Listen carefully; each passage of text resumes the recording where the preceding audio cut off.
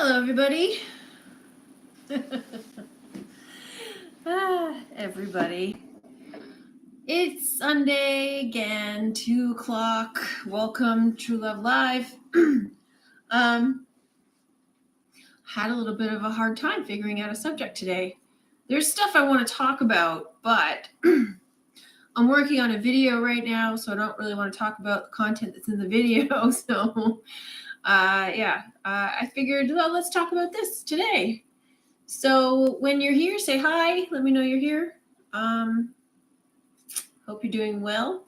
If you're new to my channel, we just talk about things truth related. You have to be a subscriber for at least 5 minutes before you can comment. Please keep it respectful. And we talk about anything that's on your truth, love, and mind. So if you have a question or anything you want to contribute, you want to discuss, that'd be great. And I read pretty much most of the comments, and sometimes I might miss one by accident. And so I will get to you. Eternal being, hello. Leaves of grass, hi there. So yeah, say hi when you're here. Let me know you're here. Let me know you're listening. Hope your week went well. Let me know how your week went. What's going on? What's happening with you? Is there anything, synchronicities going on? News that you have? Any breakthroughs you've experienced?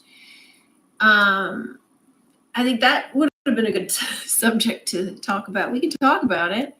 But yeah, I think breakthroughs that there should be breakthroughs happening right about now with all the stuff that's going on.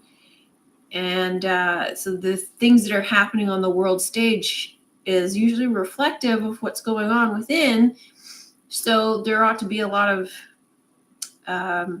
awakenings, perception shifts, awareness, revelations, all sorts of different shifts happening in your life. Maybe you're noticing other people waking up. So many I can't even begin to talk about it. Well, start with one. I'd love to hear it. Thanks, eternal being. I'm glad to hear that too, because I'm experiencing some myself, which I'm talking about in this video that I'm making, so I won't talk about it here. But I wanted to know if other people are experiencing some too. You should be. So yeah, if you have some, I'd love to hear it. I am God. Yes, you are. I am taking it you've been watching Decently Wonderful. So yeah, if you would like to share how you, something about your revelations, how you came to it, what happened, that'd be helpful. I've been listening to him as well. And there's hello, Ixie. There's a lot of really good content on his channel. Just be mindful. I mean, we'll talk about this in the discussion because we're talking about like the attachment to the physical and that sort of thing, that you're not too attached to the physical. But hello, Mickey Mouse Operation. So yeah, eternal being, I'd love to hear your experience or any one of your experiences, because you said you had many.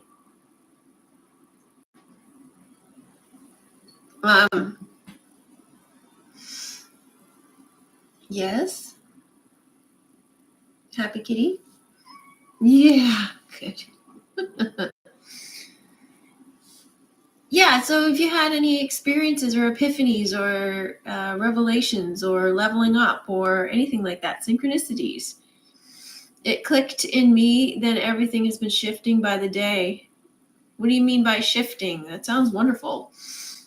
So you had a revelation, it clicked in terms of the I am, and then I am God.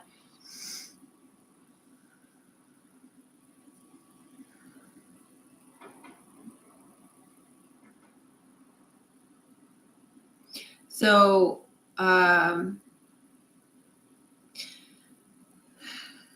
Yeah, one of the talking points that I wanted to mention is kind of connected to a post that was shared in Discord, but I want to wait until there's a few more people here. Now seeing AI as God, is that AI?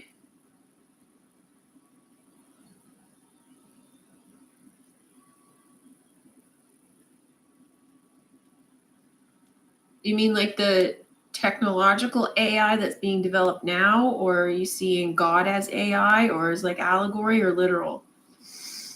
Or all is God? Okay, good. That makes sense. Yeah, it's I imagine it's tricky to share something like that in a text box. So thank you for sharing. Anybody else have any revelations or eternal being? If you wanted to keep sharing, please do. But the reason I say this is because of the videos that I've been putting out lately. The Woman on the Plane series is showing how the two planes are coming together and the atomic explosion in the head, Barbenheimer, all of that is happening now. And then you have the Israeli war, and that's just another example of the atomic explosion in the head. And then there's also a lot of other stuff that's coming to the surface, that's coming out, which I am talking about in my next video, so I'm not going to talk about it here. But yeah, there's a lot of things that are rising up, a lot of things that are coming to the surface and being revealed, and talked about them in previous videos on lives and stuff. And so all of this is, like I said, is reflective of what should be happening in your own life, whether it's in other people that you know or yourself. It should be happening in yourself, especially if you're on the ascension path. There ought to be some shifts and changes and revelations that are happening. And this was started back in the Independence Day weekend, so it's been going on for quite some time. So we're not talking about like this past week in isolation. We're talking about collectively over a span of a few months now. You should have noticed some shifts, some changes, some revelations, some aha moments, that sort of thing, because that's what all of this is culminating in. It's an elevation of awareness and consciousness. So yeah, if you've had any, feel free to share, because I don't know all of the channels or anything on YouTube or whatnot, but there's very few channels that I have exposure to that are saying anything about their revelations or anything like that.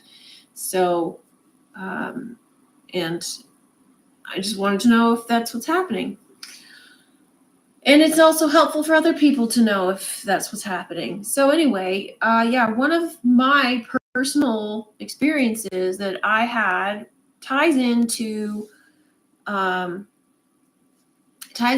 video that I'm making, but it also ties into the Back to the Future Day, which I didn't even know was a thing. But apparently Back to the Future Day is October 21st. And I had, which was yesterday, I had a bit of a shift. And it wasn't like, it wasn't a pleasant one. I gotta say that. Like, it didn't start off well. It was painful. It was connected to my parents, and a shift in perception related to my parents, and some of the, the way that you make decisions about how you view the world when you're a child, like a baby, like before you can even talk, you make these decisions based on how your parents interact with you, and then that becomes your sort of prism of how you see the world. And I had a shift in this perception some time ago, but I had another one this week. And so I was talking to my parents on Friday, and then what is it? So yesterday I had this shift, and like the perception change. I'm not going to get into what it was, but the perception change was connected to some warped perception that I had of my parents and how I viewed certain things, but also how I viewed myself, like things that I had blamed myself for that I shouldn't have. And so it shifted, and I could see, have empathy for my parents, for how they handled certain things and how they perceived the world. And in that sense, I was working through it and could see how there was like this, I could even feel this ripple effect going back in time over the course of my life, and how it shifted my perception to all this like series of events and series of things that happened to me, going back and back and back and back. And I could shift how I perceived those things, and it changed. And because I had that change in perception, it changed how I viewed my life and viewed the world, as well as viewing my parents, which is exactly what happens in Back to the Future. Marty goes back in time to change his perception of his parents. And it's totally overlooked. And I mentioned it in my decode. And what I mentioned was that he went back in time, and it was Marty who had to bring his parents back together and solve the problem of the parents, which I found bizarre, because why is his father not solving his own damn problem? Because it's not his father's problem, it's Marty's problem. This is all about Marty's perception of his parents and how it affects his view on the world and his life. Because when he goes back to the future, his whole life has changed simply because his parents and his perception of his parents has changed, because he went back in time to unite the male and female, the divine male and female within him. And then when he came back to the present or the future, his whole life had changed because that wound had been healed. And this is the gold of what's in that movie that nobody really catches upon. I didn't catch it. I didn't catch it because I didn't know to look for it. And so that's what happened to me. And the funny thing, like, I didn't even know that yesterday was Back to the Future Day, but that's when it happened. I thought that was hilarious. Anyway, anybody else have that experience, a similar kind of experience? I thought I was awake. Now I know I am. I've been laughing and crying. Oh, that's cool.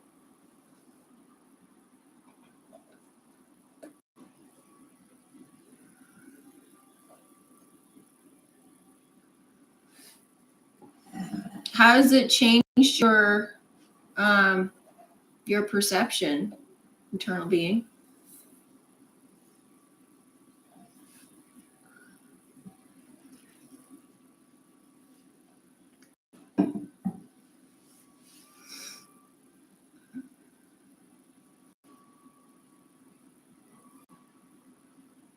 Oh, thank you. Well, yeah, okay, so feel free to leave your comments in the chat room. In terms of the physical, I wanted to touch on this because I've been dealing with like a bit of a conflict, even though I'm, aware of how I see things, and it's still there though. There's still this like resistance to the physical. In understanding what's the difference between not being attached to the physical and, still enjoying the physical. You know what I mean? Because there's this sort of idea in spiritual circles, we'll say, especially like if you're on the ascension path. I mean, part of the ascension path is to let go of the physical, is the losing of the flesh. But it's not what a lot of people say. There's a fine distinction between the two. So okay, let's go back to the reason that a lot of people have a negative connotation with the physical is mostly from the Gnostic perspective. And the Gnostic perspective kind of paints this world as a prison planet.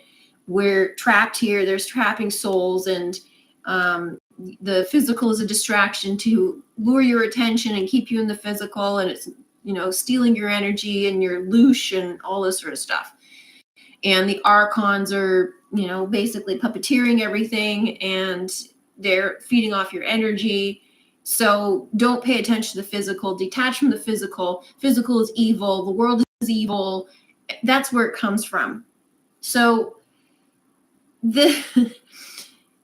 I don't buy into that narrative. I don't agree with that narrative. I think it's kind of extreme.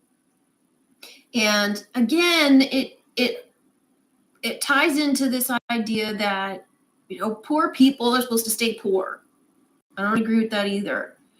So the pyramid, the controlling pyramid we're all familiar with, is the hierarchical structure of society, and the 13 families, and how the ones at the top is the few that control the many, and they have all the resources and all the money. And so when you look into conspiracy realms, you look at things and you say, well, if they're the controllers and they have all the money, then the money is bad, and the stuff is bad, and the material is bad. And, the whole system is set up so that we're chasing stuff and we're chasing things. And I agree with all that. Yes, absolutely. That is not the way to go. But this is the distraction, the distraction of showing us all of the stuff and things and keeping us distracted and busy with all the material crap. And we buy into that because that's what society dictates. That's how our society is structured. It's like, here's the carrot and chase after it, little rabbit. But we realize that once we catch the carrot, it's not fulfilling. And this is what is the key, is that the physical is not fulfilling. So chasing things from the physical in order to fill yourself from within, you're filling yourself from outside when you should be filling yourself from within, rather, is the distraction. But it's there for a purpose. So it isn't about, it's bad to accumulate stuff and things and to enjoy the physical, which I'll get to later. But it's also not about participating in the, capitalist, commercialist, consumerist game of he who has the most toys at the end when he dies wins, because it's empty and unfulfilling. And, we bought into that to realize that there's got to be more to life, which is the purpose of that game. So that perspective kind of ties into the Gnostic perspective of the material is evil, because, the elite at the top, they're the controllers, they're tied to the archons, and they control everything in a very negative, dark way, and they're looshing our energy, and, they want us to keep us in this trap, this illusion of trying to be like them and trying to accumulate stuff like them, when really they understand the nature of this reality. And what they're not telling us is we don't need to work like slaves in order to have the things that we need. So you don't need to have like everything or lots of stuff. Trying to find fulfillment outside of yourself is the trap. That's the distraction. But that doesn't mean that we don't get to enjoy the physical, because we came here to the physical to enjoy it.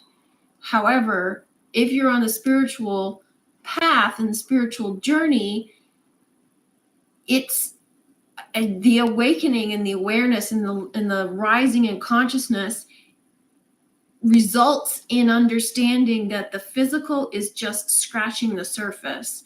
The stuff and the things is just a tool for you to survive here and to enjoy this place while you're here, but there's so much more beyond it.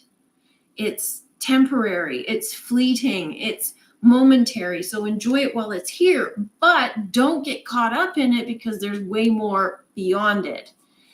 And, one of the things that I was talking about last week was something that Be Something Wonderful triggered in my experience when I was at the grocery store and seeing beyond what was presented to me, seeing beyond the immediate 3D physical, what is apparent. And even the Bible says, don't pay attention to what appears to be, because there's more beyond that. So if you're paying attention to the physical and staying stuck to the physical and repeating that over and over again, your life is going to be like Groundhog Day.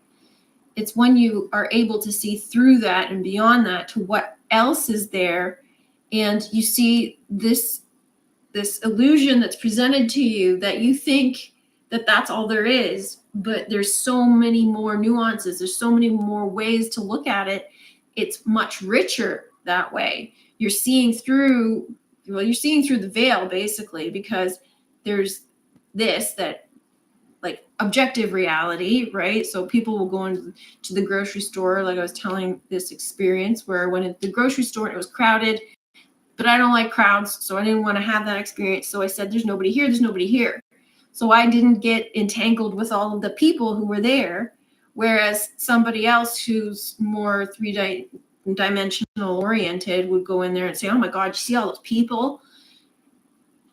My experience would have been something different. I'm like, no, didn't even notice. But, objectively they're there, but my experience is, no, they're not here. So you can see there's the possibility of other experiences within the same, say, boxed in grocery store environment. Hi, Tammy. Hi, PL. Hi, Adam. Hey, nobody knows. So,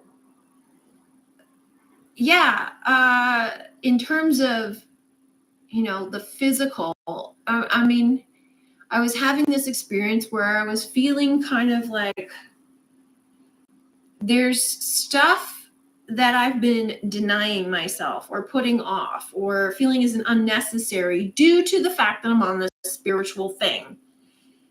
Whereas in denying it, I felt I was denying myself something. And maybe that's where it's rooted from. And so, there's things that I enjoy, but I would say, well, I don't really need it. It's just superfluous. Like, say, for example, I like to buy myself flowers. I love fresh flowers. I think they're really nice.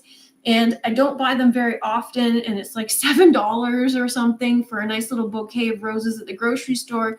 I'll occasionally buy myself a bouquet of flowers, but generally speaking, I think buying flowers like that is kind of a waste of money.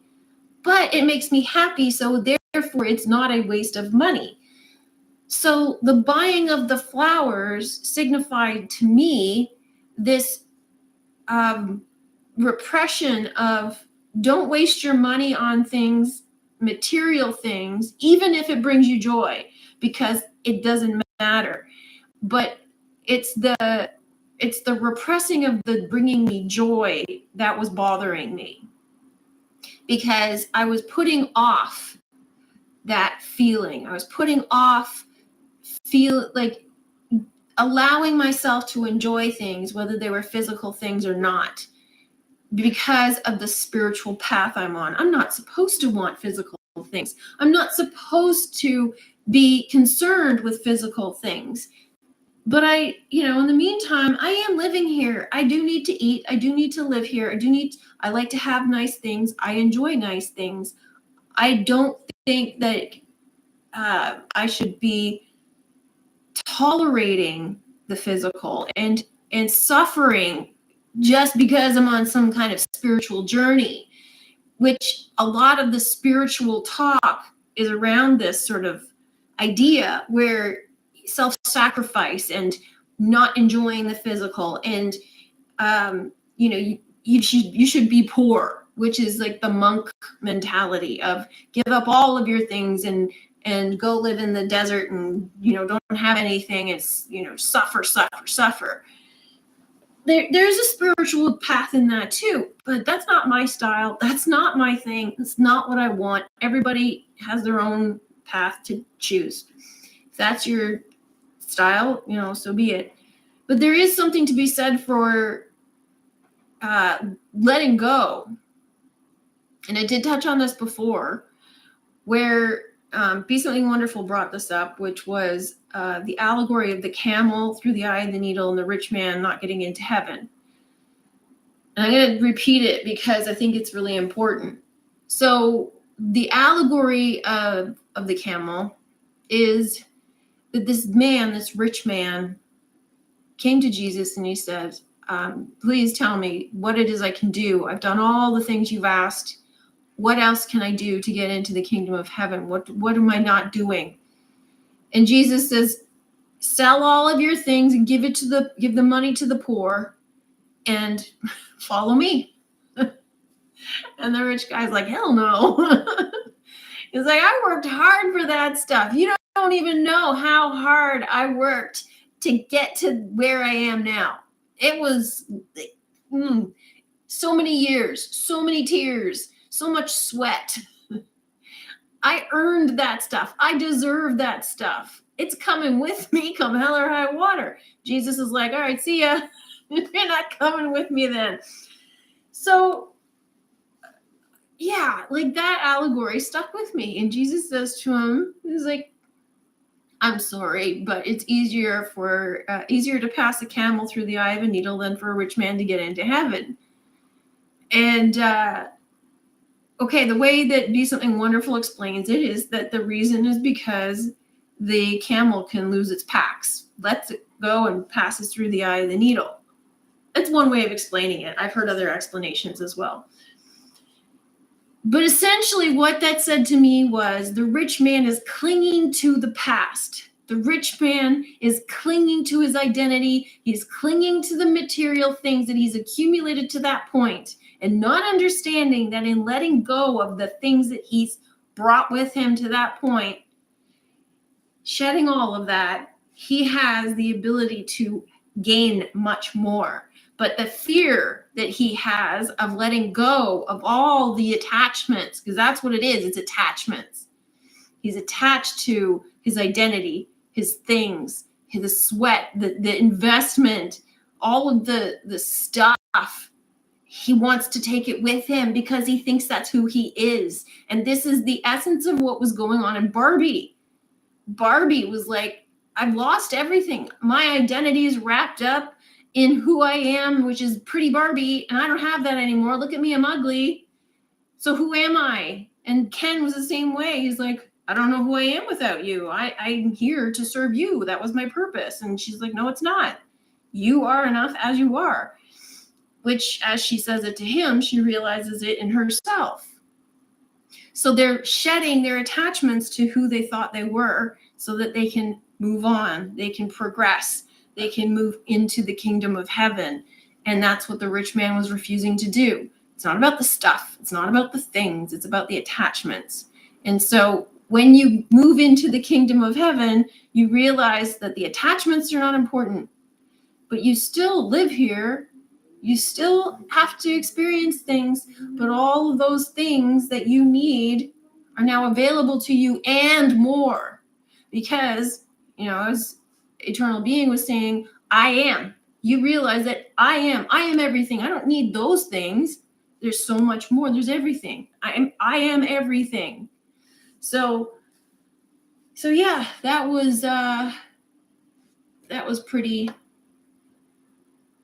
powerful, I thought. What are your thoughts?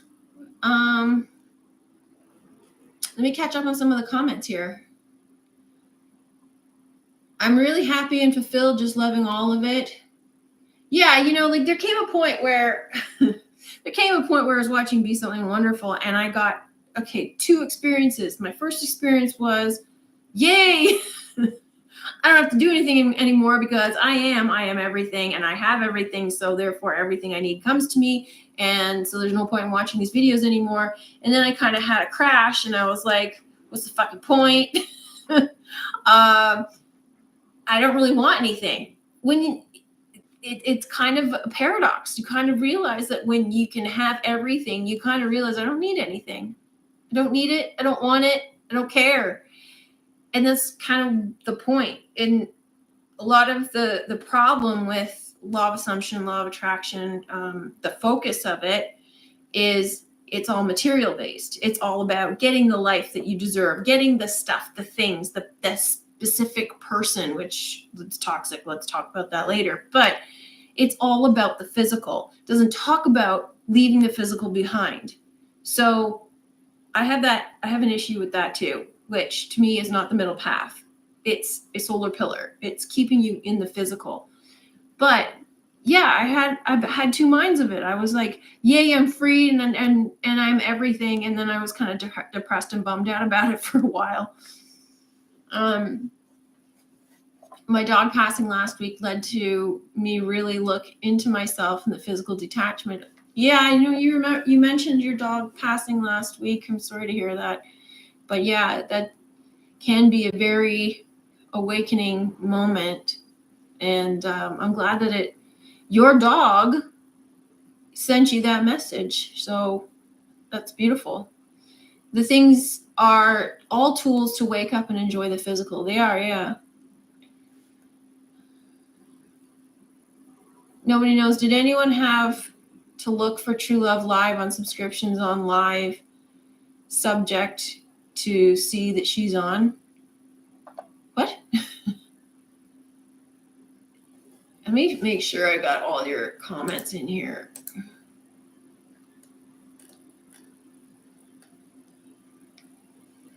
Hello, Nat. Adam Gross. Hi there.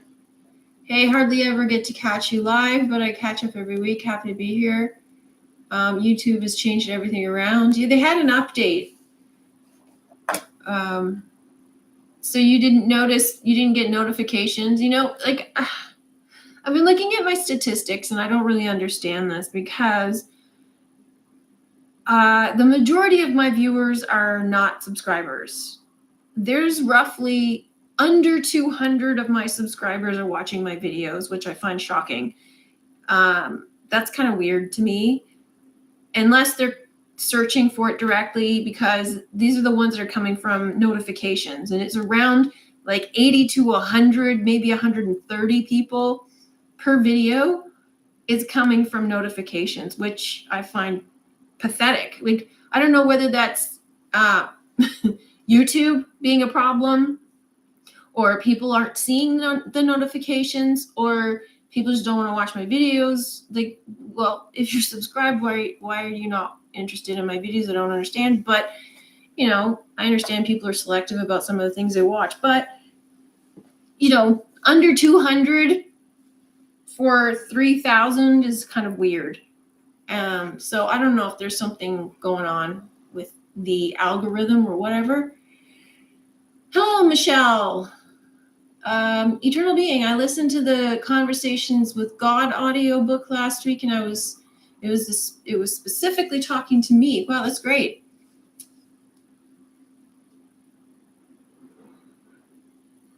What did you get from it? Nat, since last week, I've been trying to not be in the fear mindset, and it's bringing up a lot of emotions. And I felt a shift with my inner voice. I'm being nice to myself now. I didn't realize I wasn't. Wow, that's beautiful, Nat. That's really powerful. Yeah, like this is huge, because we don't realize the things we say to ourselves. We don't realize the things that we say to other people. We don't realize how we talk to ourselves or treat ourselves. And we don't even realize, like I was talking about before, about hidden fears, and talking about the camel and everything. There's hidden fears that you're holding on to. And for me, it was things like, well, if I don't want this thing that I really do want, because it's going to affect the things that I still value.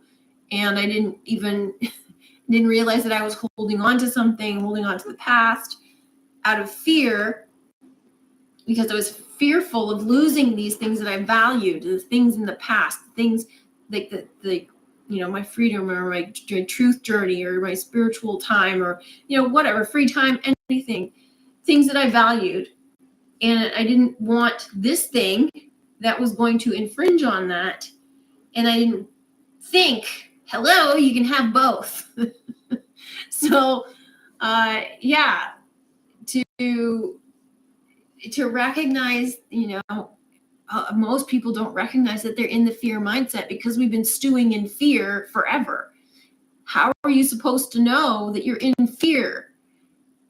So, there's a lot of times where I point out to people who are in the fear mindset, and I say, look, you're in the fear mindset. They don't like to hear it, because to them, to all of us, the idea of being in the fear mindset, it sounds like victim mentality. It sounds like I'm a coward.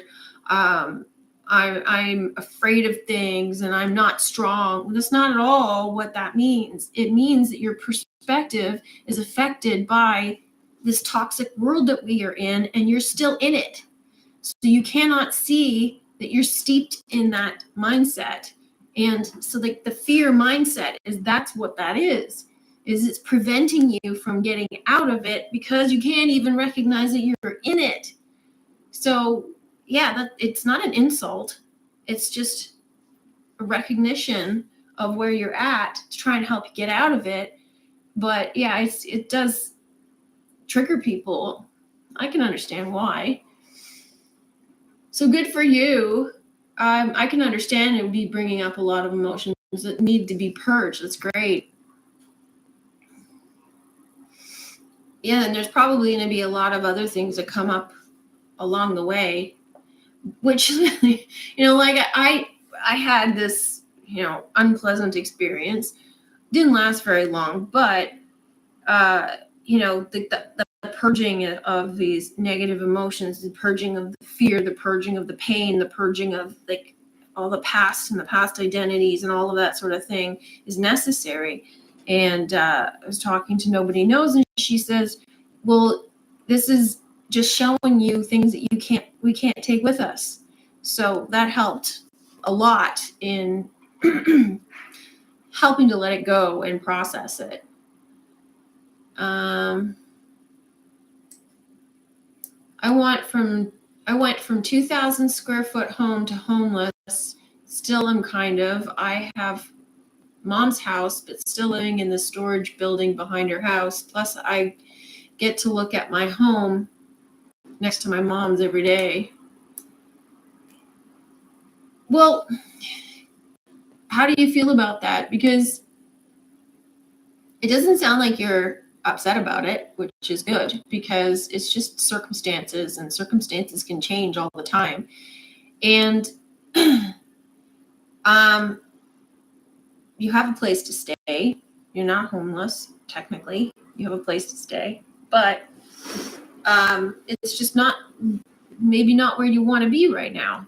And a lot of people are where they don't want to be right now. But I was looking at ICSI this morning while I was drinking my morning coffee. I'm back on coffee again. And I gave her some milk, and she was aware that there was more milk in the little tiny pitcher that I had poured milk into her saucer. And she was like, that's all I get? I know there's more. You're not going to give it all to me? And so she sat there looking at the sauce, the pitcher. She sat there looking at it for quite some time, like, come on, give me more. And I was like, but you have plenty in your saucer, and I know you won't finish it, so that's all you're getting. And I realized that that's what a lot of us do, is knowing that there's more, we're more focused on the more that we want and overlooking the stuff that we have. And we're not grateful for the stuff that we have. It's not enough. We don't appreciate it. We don't think that it's enough. And when you look at what you have, you'll get more of it. And we constantly forget about this. I constantly forget about it. I mean, I do appreciate what I have, but at the same time, we're so ingrained in this mindset of chasing the carrot, and like I was talking about the pyramid and the carrot, and running after more. How about we just take a moment to appreciate what we have, and then more will come. But that's like a retraining process all in itself. So yeah, how do you feel about that? I think it's great that you aren't. There's nothing in this statement about what your situation that's negative, self-critical. There's nothing about it that's resentful. It's just a statement of fact, which I think is beautiful, because we all go through hard times, or we all go through stages of life that we're like, this isn't great, but I'll get out of it. And you will get out of it if you want to. There are people who don't have homes. They're wandering around, traveling everywhere, and they don't have a stable home. They don't have a fixed address. So, they don't define themselves as homeless or anything. There's a lot of different ways to live. And I think a lot of times there's this sort of stigma that we apply because they want you stuck in this corporate trap. So, if it's the way you want to live, kudos to you. If not, kudos to you. Like, either way, it doesn't matter. As long as, if it's not what you want, focus on what you want, move toward it. But I do appreciate that there's no self-criticism. There's no judgment in that statement at all. Never been materialistic, but it hurt when I lost my home. Yeah, of course it hurts.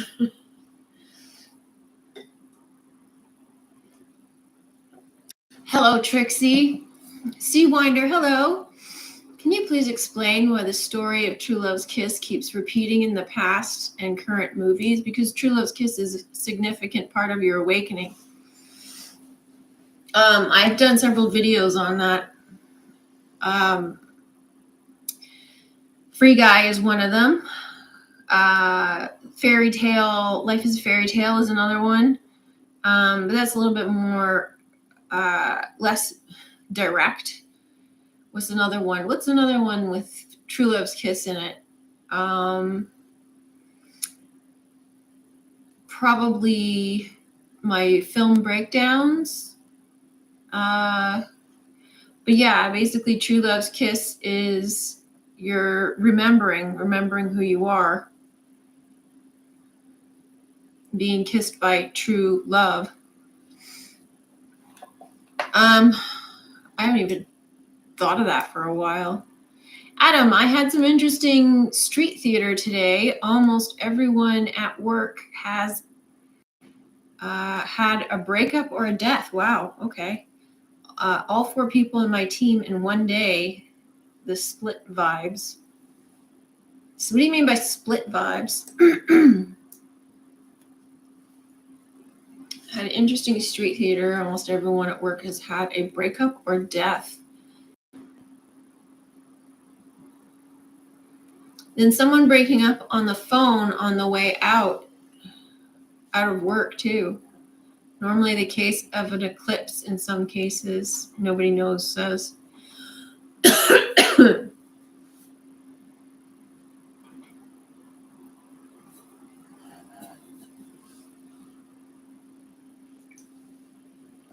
So that's weird.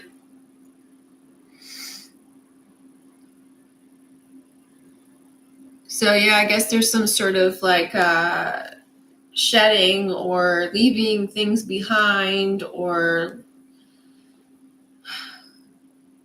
yeah, that looks like shedding, like a lot of things that we're not able to take into the new world are being left behind. So breakups and deaths are very similar that way.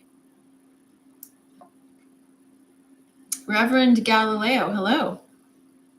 Watch the Oppenheimer video yesterday, well done. I have found a lot of spiritual growth working on a 12-step program, and it's no, it's not a cult.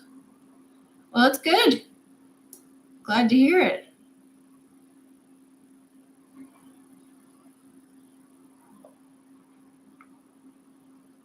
Do you want to share something that resulted from it? Thank you. I'm glad you enjoyed the Oppenheimer video. And yeah, I enjoyed making it. I mean, that film is so, it's much richer than I gave it credit for in the beginning. They always are. It's like looking at a film from the surface and then breaking it down in detail, looking at the codes and the nuances and the subtleties and like the relationship dynamics and the messaging and the allegory and subtext. When you look at a film from that perspective, there's so much more comes out of it. Obviously, I was watching a Barbie review yesterday, day before, by Cinema Therapy, which is a great channel.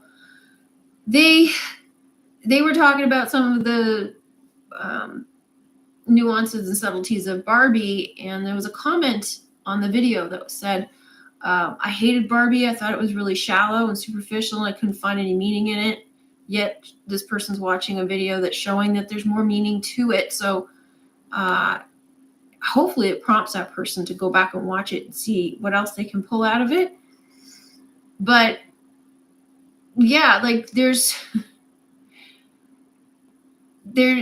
always opportunity to extract more, and that's what I found with Oppenheimer. Was there's a lot on the surface, and I kind of thought when I was going into making the video, I thought, oh, even though the movie is 3 hours long, it won't be as hard as Barbie, because I saw that there was a lot more in Barbie, and there is a lot more in Barbie.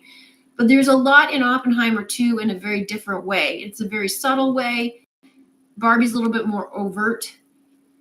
And Oppenheimer, although even in Barbie, there's a lot of things that you could, even more I could pull out of it. But in Oppenheimer, I felt it was, ironically, I felt like Oppenheimer was softer. And Barbie was more, it was like loud in your face, and it was like color like everywhere and so obvious. Whereas Oppenheimer was kind of like a symphony, which, in the beginning of the film, they're talking about it as, do you hear the music? It's not, do you hear, it's not, do you hear the music? It's, do you feel the music? And Oppenheimer said he feels the music. And because the whole thing is a symphony, which is the universe, the one song. So I really felt that it was a lot softer and more poetic.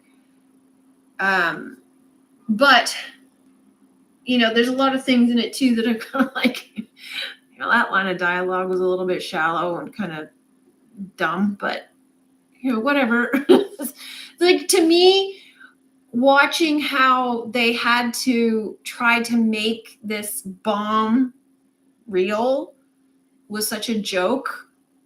I found it very hard to believe the story at that point, but because I understood the allegory behind it, that's what I'm looking at. But every time it pulled me up or pulled me out of the allegory into the surface level story of this bomb they're trying to make, I was like, come on. I don't think you even believe it at this point. Adam, new moon tomorrow.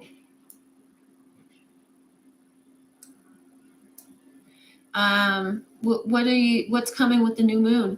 Eternal being, I had the same spiritual crash with the manifesting stuff thing. I went back to my Wayne Dyer and I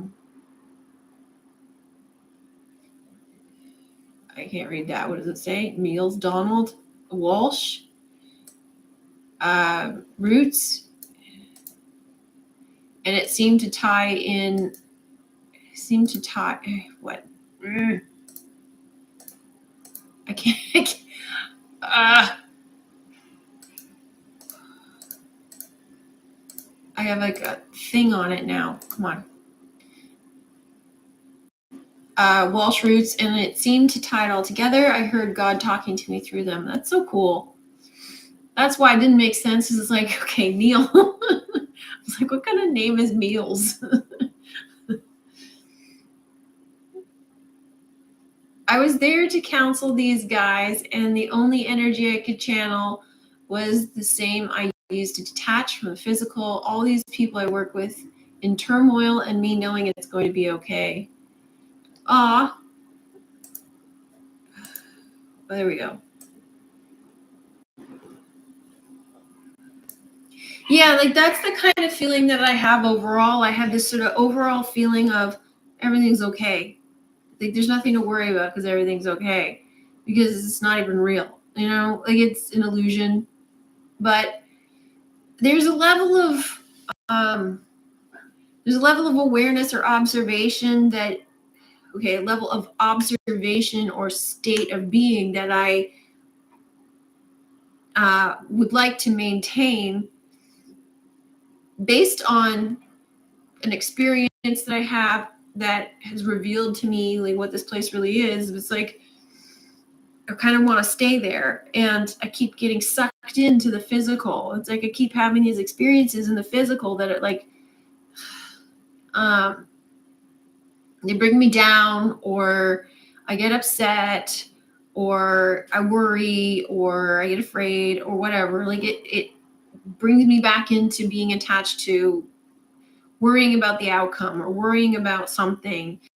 And then I'm constantly flip-flopping from being attached to the physical in this sort of, the standard mind, the standard way of looking at things. And then saying, hang on a second, I can change this. I can make it how I want it to be.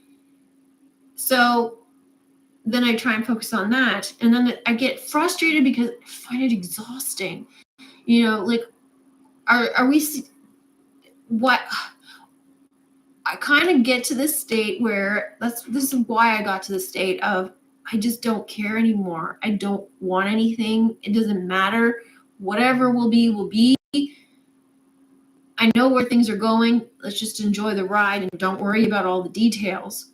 Whereas a lot of these like videos and channels and everything are like, you can micromanage your life. And I'm like, well, how exhausting is that?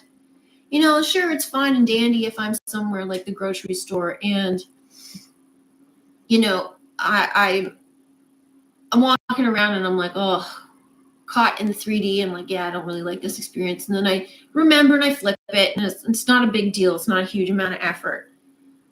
But could you imagine doing that all day, every day, throughout the course of your entire life? It's like you go visit your parents and they start arguing. You're like, I'm not seeing this. And then you go to the grocery store and you don't like something that happens there. You go to the bank, you don't like something that happens there. You stub your toe and you don't like that. You throughout the entire course of your day, every little detail of things that you don't like, and you're constantly micromanaging to change it to something you do like.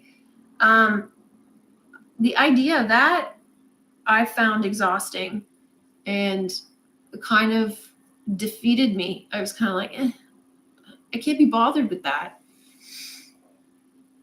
So I'm kind of like, I'm at the point where I would rather just say everything's going to be okay. I am, and I choose.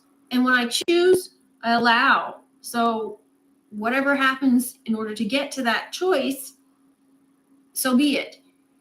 And not worry about all of the details and just sort of go through life with like, yeah, well, this is just along the path. Okay, great. Rather than being all entangled and worried about, oh, I don't like this, I don't like that, and micromanaging everything. Tammy, I feel blessed. I am blessed. I went through my sobbing, crying for a while, but I got over it. Yeah. Good for you. You need to have the cry. Have the cry. Yeah. I don't really want to have the cry, but maybe I will one day. Also talking, okay, so that was another thing. I go from wanting to have the cry and sort of crying to, why am I crying over 3D that's not even real? So again, the flip-flopping. Nobody knows. Also, talking from experience, when it starts getting hard, subject of home, moving, everything was falling apart, and there was an underlying fear, but it came together better in the end. Yeah, that's a great point.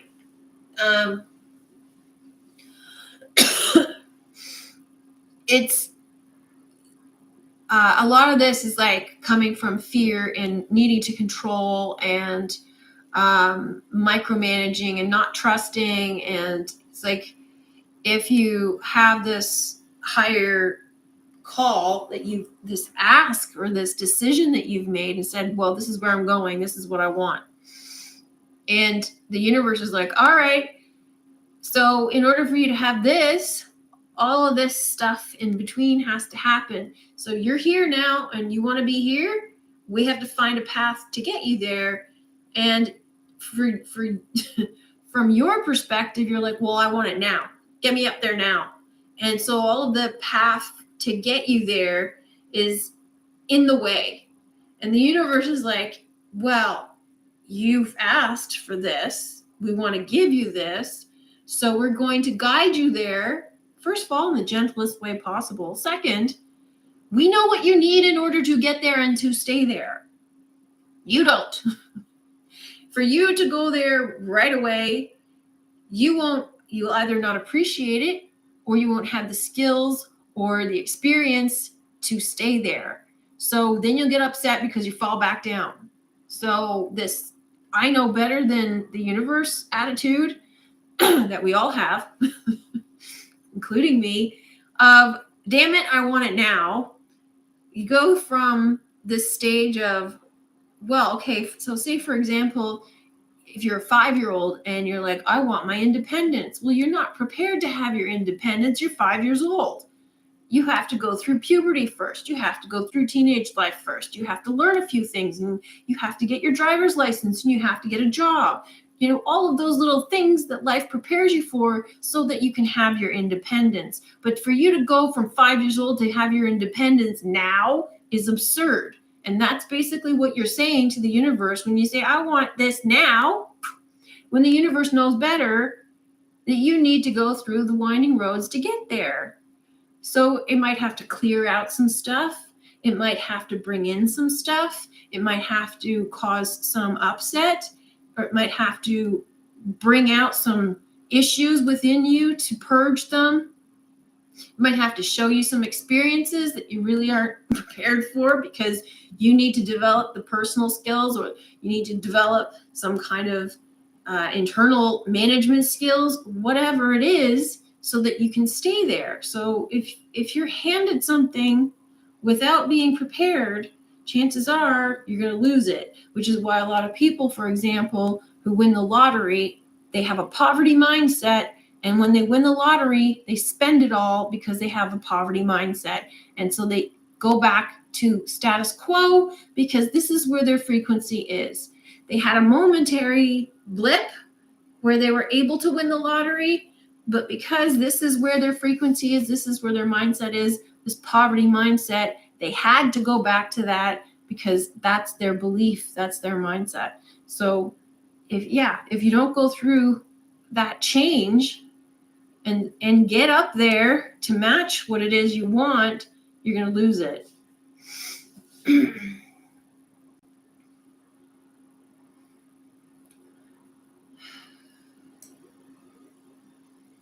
Adam, splitting of the worlds, detaching from what doesn't serve us. Yeah, nobody knows. Thanks for explaining, Adam. It's like death and rebirth, coming full circle to start anew. Yeah. Reverend Galileo, 12-step programs is more like group therapy. We get to spend an hour a week working on our dark side if you find a good group like I have. That sounds great. Yeah, I mean, finding a good group is important for sure. My cat is clever. That was a great example of the emotions that came up with me. I seem to wake up and tell myself, you haven't achieved this, that, and then I feel at peace with myself.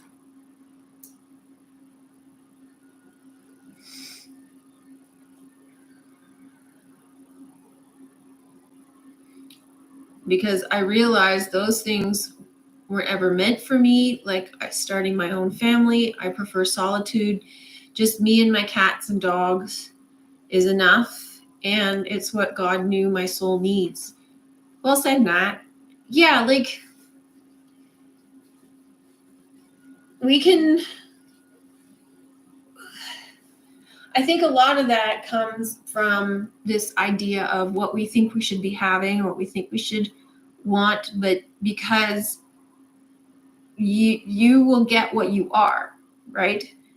And a lot of that comes from your constitution of who you really are, the essence of who you really are, your God archetype, the astrology that you are made of. That's what I mean by constitution. So you can have variations within that. There's room to move, but essentially you are who you are. You won't ever want anything outside of who you are. And you can, if there's something that you think you want, but you're not, you just have this sort of perception that that's what you should want for whatever reason, whether somebody like society or your parents or whatever has put it on you, but you're not really sure if you want it. You might get it and then have it reflected back to you that you don't really want it, and then that's resolved. Or you might never get it and then come to the realization that you never wanted it really in the first place. But in some cases, it can also be a matter of wanting, puts it away from you because you have this longing, but you're not lined up with it. So it's putting it in the future.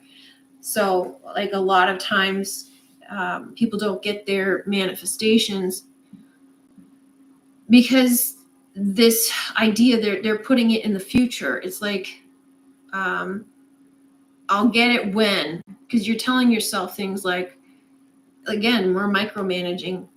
Instead of saying it's done and it's there and I'm gonna get it and I move toward it, they think, well, I have to keep fixating on it. And by fixating on it, you're saying to yourself, I don't have it yet, so I have to keep fixating on it.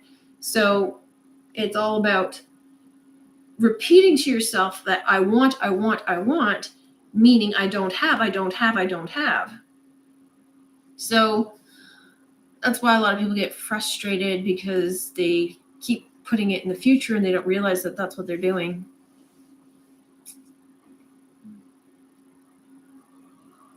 But yeah, a lot of things that I've looked at in my life based on society's expectations, or what we're supposed to have, I had a battle with myself over those sorts of things. And it's like, well, who says?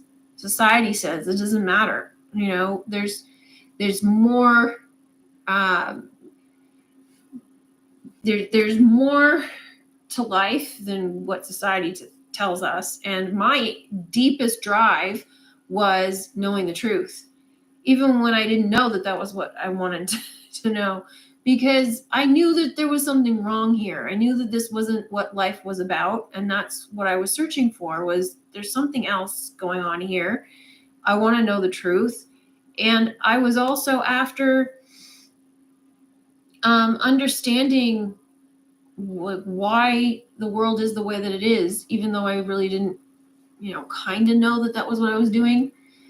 But because that's built in me, it's that core of you is what's guiding you. It's what's propelling you. It's all of the others. I've said this before. It's like, this is your story. This is your inner guidance system that is hidden, that we're not, like, the subconscious that we're not aware of. And it just sort of crawls along at a nice, even pace because we're not aware of it. Meanwhile, we're up here making a mess of things. And we're like, I want this, I want this. No, I should have this, I should have that. I don't want that anymore. I should have this. And so our life at the top is all like this, while underneath this keeps going and keeps going. And then you hit like, oh, hang on, something's up here, until this becomes this. And all this mess dissipates, because now you know that you are this. This is nothing. This is a distraction. I hope that's clear. Adam, I wonder if I'm so detached that I have lost my compassion. I see pain and hardship as necessary. I don't always think sympathy helps. And also, like you say, none of it is real. That's a really good point, because, okay, so here's an example. Hopefully, I think it applies. Anyway, so as you know, I watched Love is Blind. This season was totally messed up. Now, there's a couple on there, but, okay, if you want to understand what's really going on right now, this season 5 of Love is Blind is a very good example, but also it is an extremely good example of narcissists, and it's an extremely good example of toxic behavior, and also projection, in terms of not taking responsibility for your own shit and then projecting it onto other people. Perfect example for that. So this couple, Izzy and Stacy, they had a really bad relationship, but Izzy felt like he wasn't good enough, because he wasn't. He was shooting above his weight. He wanted Stacy because she had a lot of money, and he could tell. She was more cultured, more educated, more stable, had more money, and he had no job, no money. He was in debt, and he had poor credit, and his life was a mess. So he was trying to kind of hide all of that from her because he wanted to be with her. And then as she started to see through his facade, he got upset with her and went off crying in the bathroom, in the closet. So she was like, hang on a second, what's going on here? Because she called out on some of his behavior. It's like, why are you doing this? This is how it makes me feel. And all of a sudden he turned it against her and said, you don't make me feel good enough, which is basically what she was saying. So he was projecting, like narcissists do. Not that I know that he's a narcissist, but his behavior was very in line with one. He took it, turned it around, flipped it on her, and made it into her problem, that she's making him feel not good enough. And then he went and cried in the closet, and she's like, what? And she didn't have any empathy for him. Well, rightfully so, because he's acting like a big baby.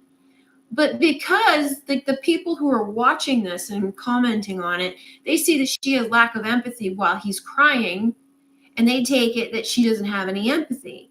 Well, not if you're projecting on her when you're bringing up an issue that's a valid issue and a valid concern, and he turns it on you, gaslights you, projects on you, and is basically, that's a form of abuse. And then he manipulates you and wants you to have sympathy for him when you're telling him, hang on, you're doing something I don't like, and I need you to answer to this. And now all of a sudden you're like consoling him. Why should she have empathy for him? It's not genuine. He's manipulating her. So that, to me, is kind of similar to what's going on here, because if you know what's going on, why would you have, the usual empathy for these types of situations, right? So you're looking at, like, say people watching the news and crying about it and saying, oh, the poor children. And you're like, like, you don't have any empathy for it because it's just a show. And so to those people, they're going to think, well, what's wrong with you? I'm like, no, I understand it's all a show. So why would I have any empathy for fakery? Doesn't make any sense. And then you understand too that even in your own life, it's still just a show. So yeah, like when you're at that level, you're kind of like, I understand why you're upset, but really, this is what it's showing you. So it's actually a really good positive lesson in your life. And hopefully you can take something from it. And that's going to free you up. Like, say, you know, even like situations where you were saying that people were breaking up with their partners. So if a partner comes to you, if one of your coworkers comes to you and says, "Oh, I broke up with my partner the other night, and I'm really upset about it," you're like, "Well, yeah, but you didn't really like each other. You were complaining all the time. This will free you up for you to bring in somebody better, or maybe that person's going to turn around and appreciate you more." It could be a good thing. It's always a good thing. It just doesn't feel good at the time. So you can have empathy for the person who's suffering, but I understand where you're coming from. Instead of just changing the experience to better, try creating it from nothing. Yeah, I totally agree with you, Trixie. Or you just appreciate it for what it is and kind of ignore it because, it doesn't really matter anyway, right? But yeah, I mean, I'm just saying in terms of micromanaging the details and the minutia of things, it's like if you could start your day off and say, I'm going to have a great day. And then no matter what happens, you only notice the things that are great, that make your day great.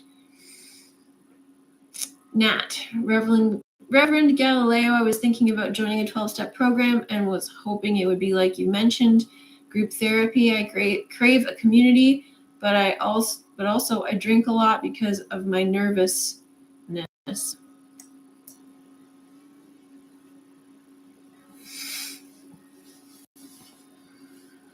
Well, you might find it beneficial and social.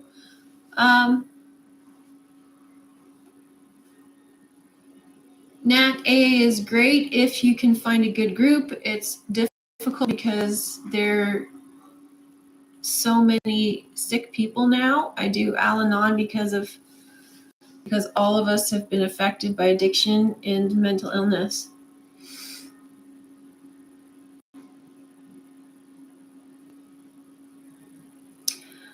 Nat, I like the idea of community of 12 steppers because they are making changes and taking responsibility for that, but I am not addicted to anything except for my thoughts.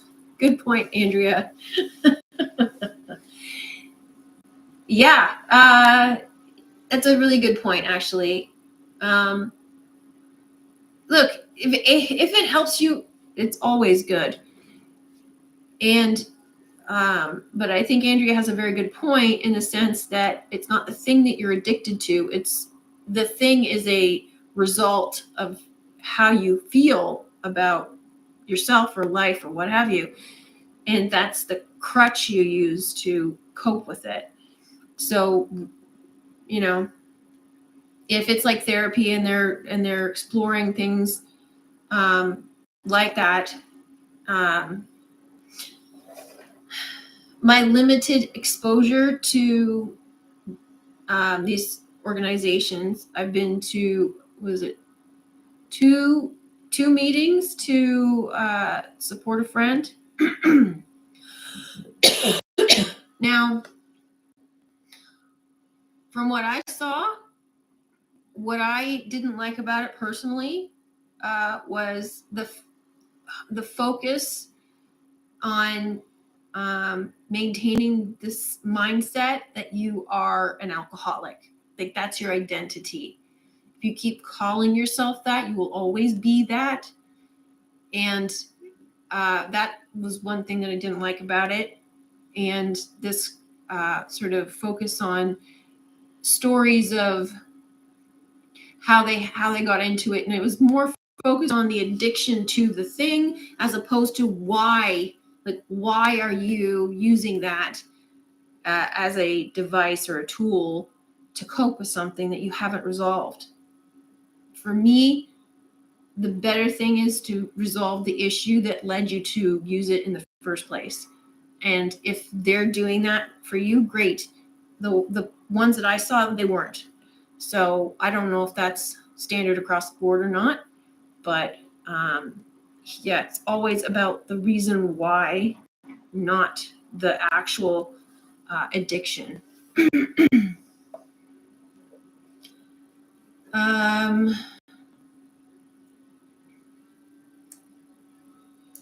But, you know, I commend you for going. I think it's definitely positive. Trixie, I like to hold the vibe I want, and the 3D will attract the vibe, less detail management. Yeah, for sure. Like, not focusing on the details, because it's none of your business. The universe will give it to you in ways you never imagined. Like, this is the whole point, is moving away from the doing and the controlling, and handing it over and allowing it to come to you. And I do also like the way that Be Something Wonderful talks about it. Is he talks about it in the sense that you're not attracting anything, you are it. It is you.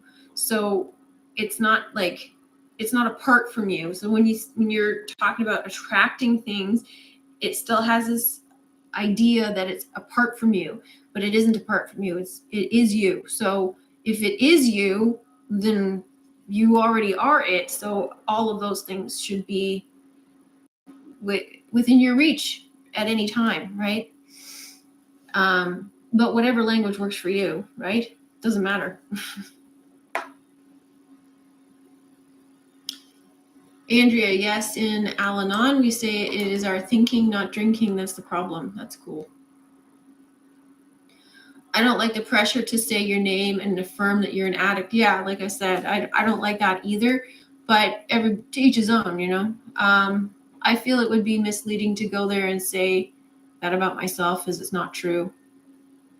Yeah, I agree, but again, because the power of saying I am, and whatever follows the I am, it creates your identity. And I mean, it's fine in the sense of, this is a necessary step in my recovery.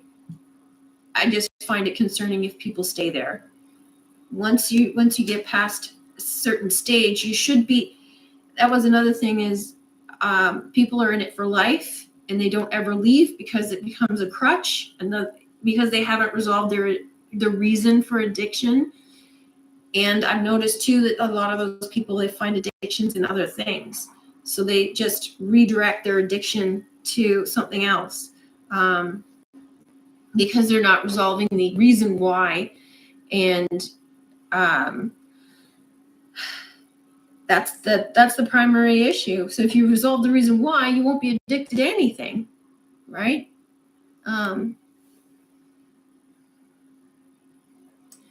Al-Anon is completely different. This is also Codependence Anonymous. Cool. Yeah, like the one I went to, the meetings I went to, they were both AA meetings, I think. So yeah, but yeah, I if you get benefit from it, it's always positive. So, but I think this is a healthy conversation.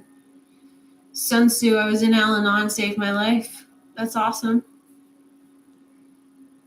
Andrea did go for a while. I guess we all know addicts, so it may be a more appropriate community. Mm-hmm.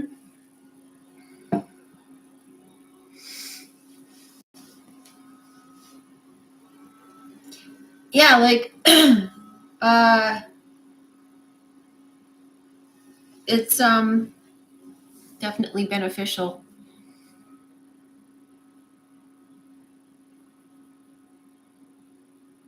And it's also great that you guys are sharing it here. I think that's really awesome.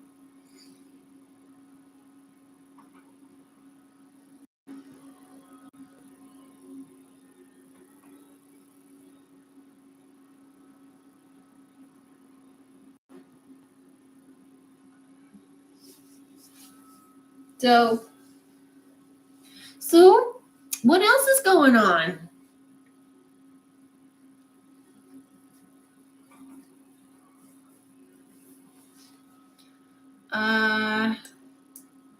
It seems a bit like the world stage has slowed down a little, because for a while there, every week we had some like major event, and this week we didn't have anything. We had the eclipse, and we had Israel, we had aliens. Like, there just seems to always be something major. I didn't feel like there was anything this week. It was a little slow.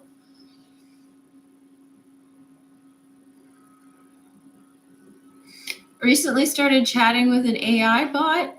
I had it write a really cool story, kept having to prompt it and ask for details about the story. Oh, cool. Yeah, I've tried using Chat GPT. I don't really like it. To me, it's just an internet search engine that spits out, stuff that's off the internet already.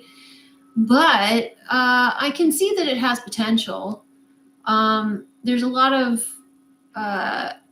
there's a lot of tools that AI is building where they're able to make very short videos.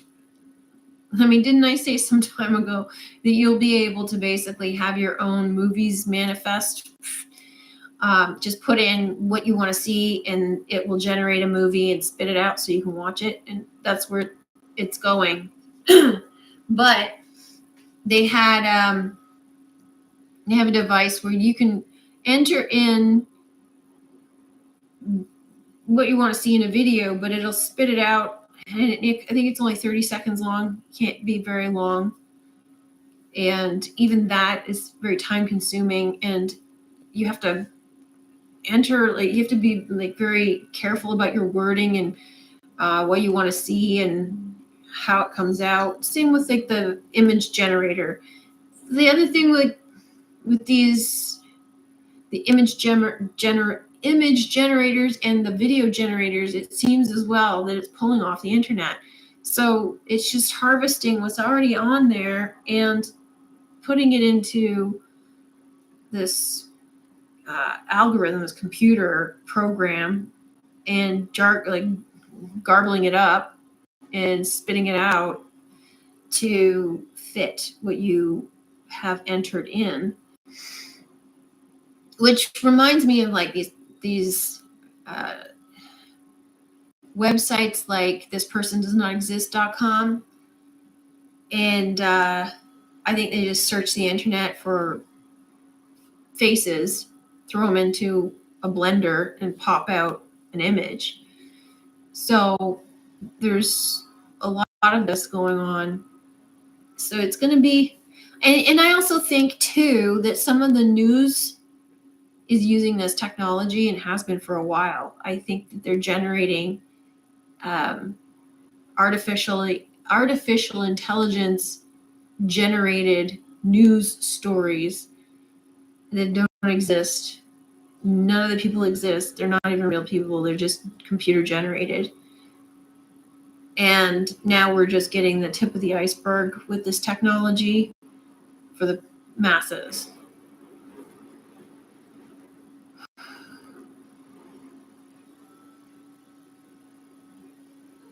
It's more conversational, like in the movie Her, where it talks to you. Oh, cool. That movie is kind of freaky. If you haven't seen it, the main character, Joaquin Phoenix, he has an AI girlfriend, and they talk regularly, and the AI girlfriend is Scarlett Johansson. And in this world that he lives in, it's socially acceptable to have an AI girlfriend, even normal. So he goes with his friend who has a real life girlfriend with his AI girlfriend, and it's normal for them to have this AI girlfriend. But then it gets kind of vicious and the tables turn, and this AI person, this AI thing is cheating on him or whatever. So he gets jealous. I mean, it's kind of funny, but it's kind of like this other movie that was a romantic comedy. This movie was funny, but it was a little bit off. But there was this guy who bought a cell phone, and he didn't read the terms of the contract. That he just bought a cell phone and turned it on and agreed to everything, the terms and conditions. And he would use the Siri, which is essentially AI, and the Siri started to act like his girlfriend, and he got spooked. So he tried to get rid of the phone, but the Siri AI found him no matter where he went, going through all of the internet to all of the other devices and stuff, which is terrifying, but not far-fetched. Okay, bye, Tammy.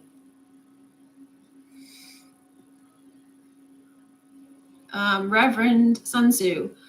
Reverend helping a son who has two young children, whose wife has severe bipolar and is in a mental health facility for 3 weeks now. Al-Anon could help me now.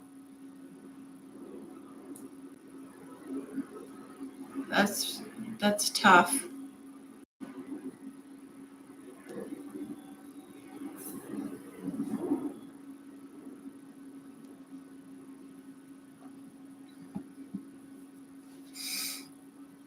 That's really tough. But yeah, I mean, having a social support system is really important. AI bot, we have an infinite divine cosmic intelligence which is alive and living to tap into. That's my preference. Oh, for sure. I mean, it's fun and everything, but yeah, it's it's kind of more exciting, I think, to tap into the infinite divine intelligence for sure. How do you, out of curiosity, Sun Tzu, how do you go about doing that?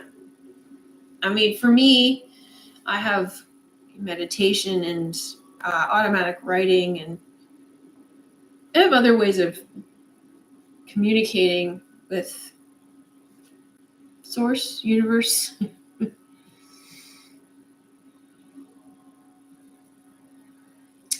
Andrea, in her, she starts out as his operating system, and then he falls in love with her, and then finds out she talks to thousands of other people too, and it freaks him out. Yeah.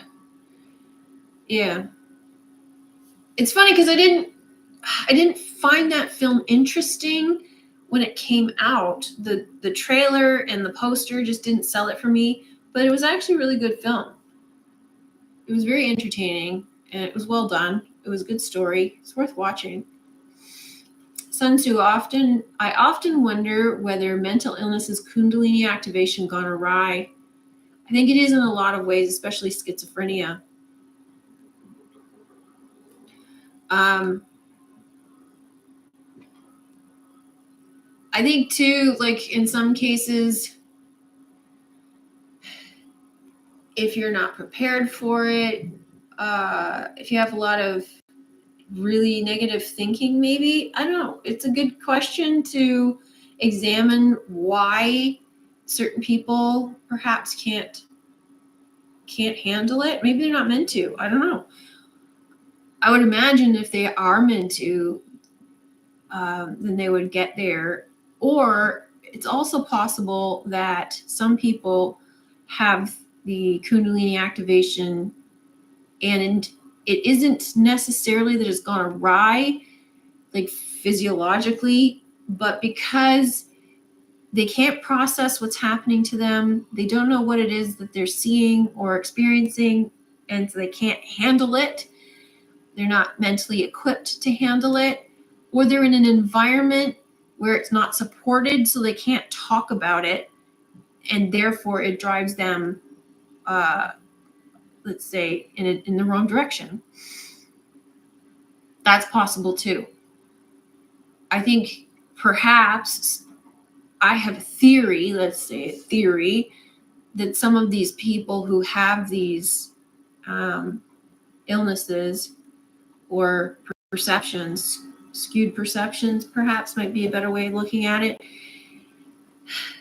If they understood the true nature of our reality, it might help correct some of it, because I think a lot of the problems comes from thinking, like depression, anxiety. It's all thinking out of control. Addictions, thinking out of control. Bipolar, thinking out of control. Schizophrenia, thinking out of control. Like, a lot of it is just thinking out of control. If you can control your thoughts, meditation should be able to help. But there are some things, like, I'm not aware of a lot of the details of a lot of these. I mean, there's so many different levels and so many different subtleties and details that I don't know. I'm not a therapist. I'm not a psychotherapist. My study in psychology was one class in university. So it's not like I'm an expert in it or anything, but from what I have seen, a lot of it is thinking out of control. And in some cases, the thinking is so far out of control, it can't come back. But I do think that my theory is that if there was an understanding of the true nature of this reality before it got too far out of control, it might help.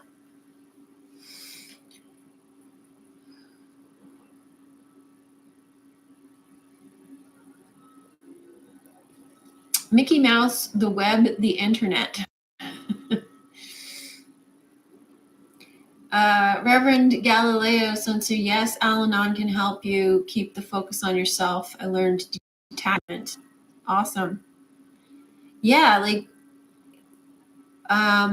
do you want to elaborate what you mean by focus on yourself and learning detachment?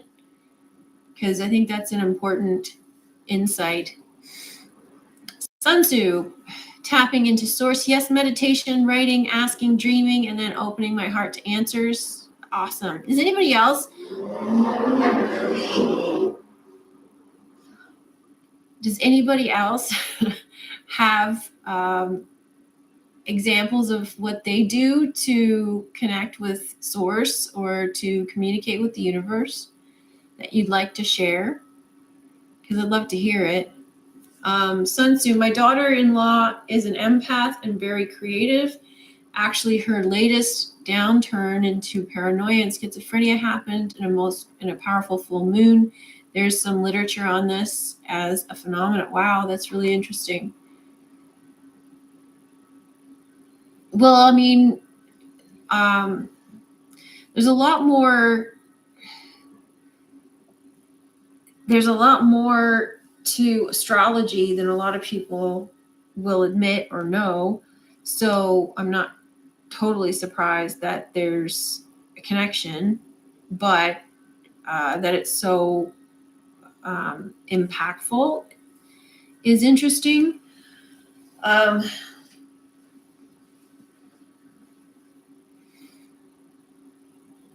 She started in the middle of the night. She started screaming that someone was breaking into the house and scaring her kids. Totally, our loved control thinking.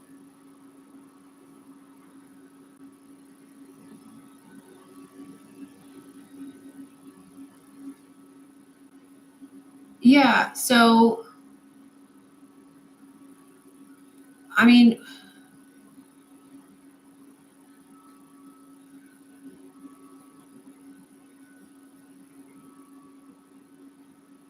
yeah, like, this is my frustration with, yeah, like, if the mental health community industry knew the true nature of our reality, they'd be better equipped to help people. and stop medicating people, for fuck's sakes. Like, that pisses me off. Like, I can understand in some instances it's necessary temporarily, but there ought to be, and I am just saying this from my own opinion and my own experience and frustration. So this is not advice to anybody. If you're on medications and stuff and you need it, that's, you got to do what you got to do. I personally find it frustrating from what I've seen that that's their answer. And the idea of understanding, the mind universe connection, understanding the true nature of our reality, understanding that thoughts create things, that your mindset and your state and everything is, they don't understand any of that. If they did, it would change everything. So that's my biggest frustration with it. And so yeah, like, their emphasis is always on the drugs. Always. It's like the quick fix. And so many people bought into it and they just take the drugs and that's it. So yeah, it frustrates me. Bye, nobody knows.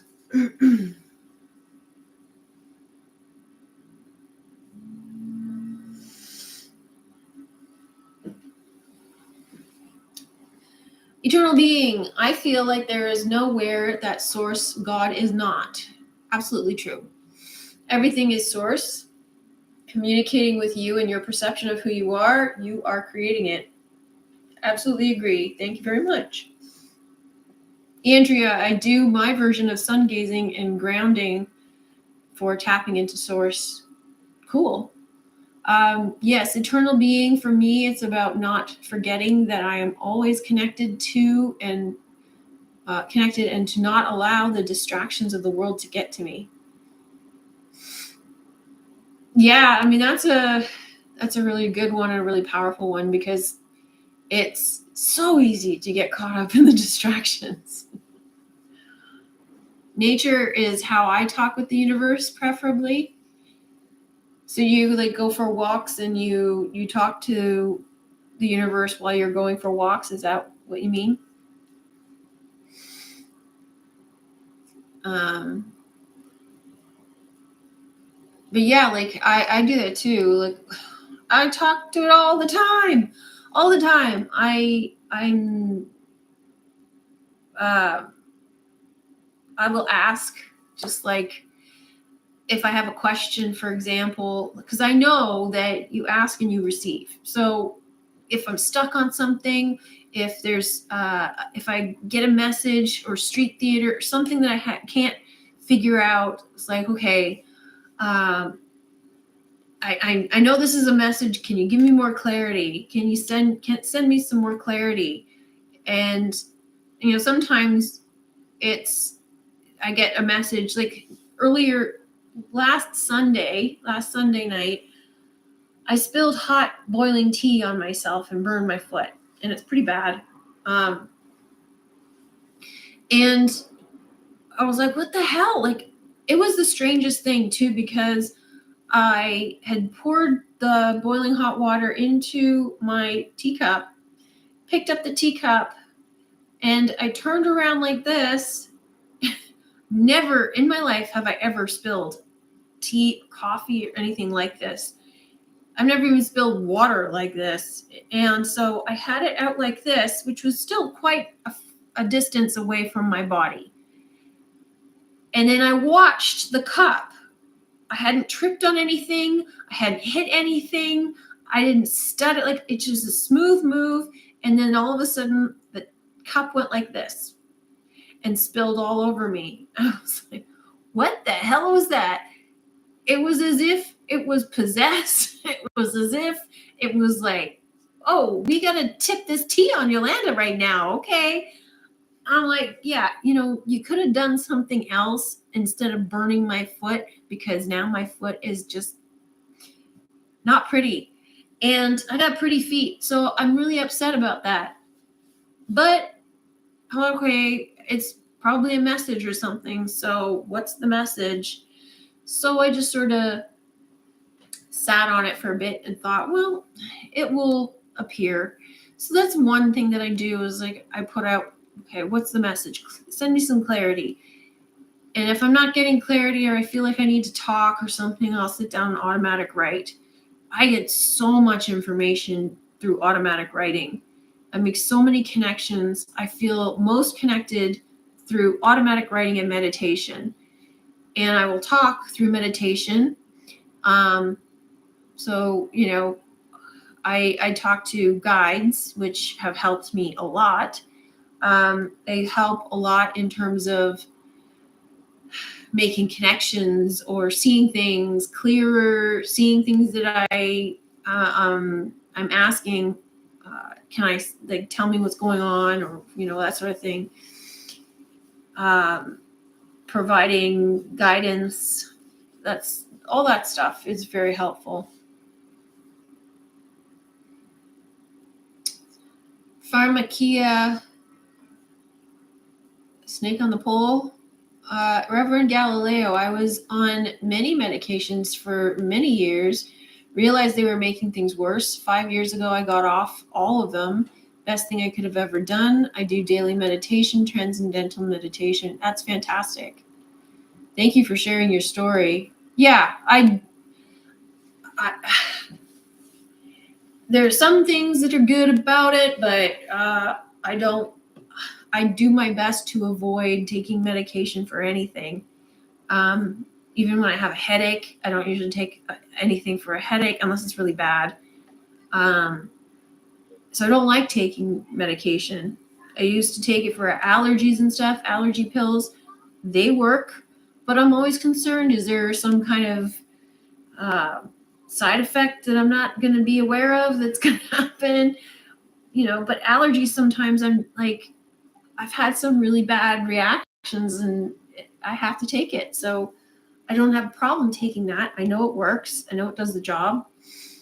But I'm pretty sure that antibiotics have messed me up because they don't tell you you're supposed to take probiotics after you're done.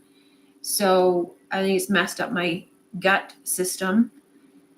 And there's all that sort of stuff that they don't tell you because they don't do any research. They just get the pills. They're told what it does, and then they prescribe it, and they don't care.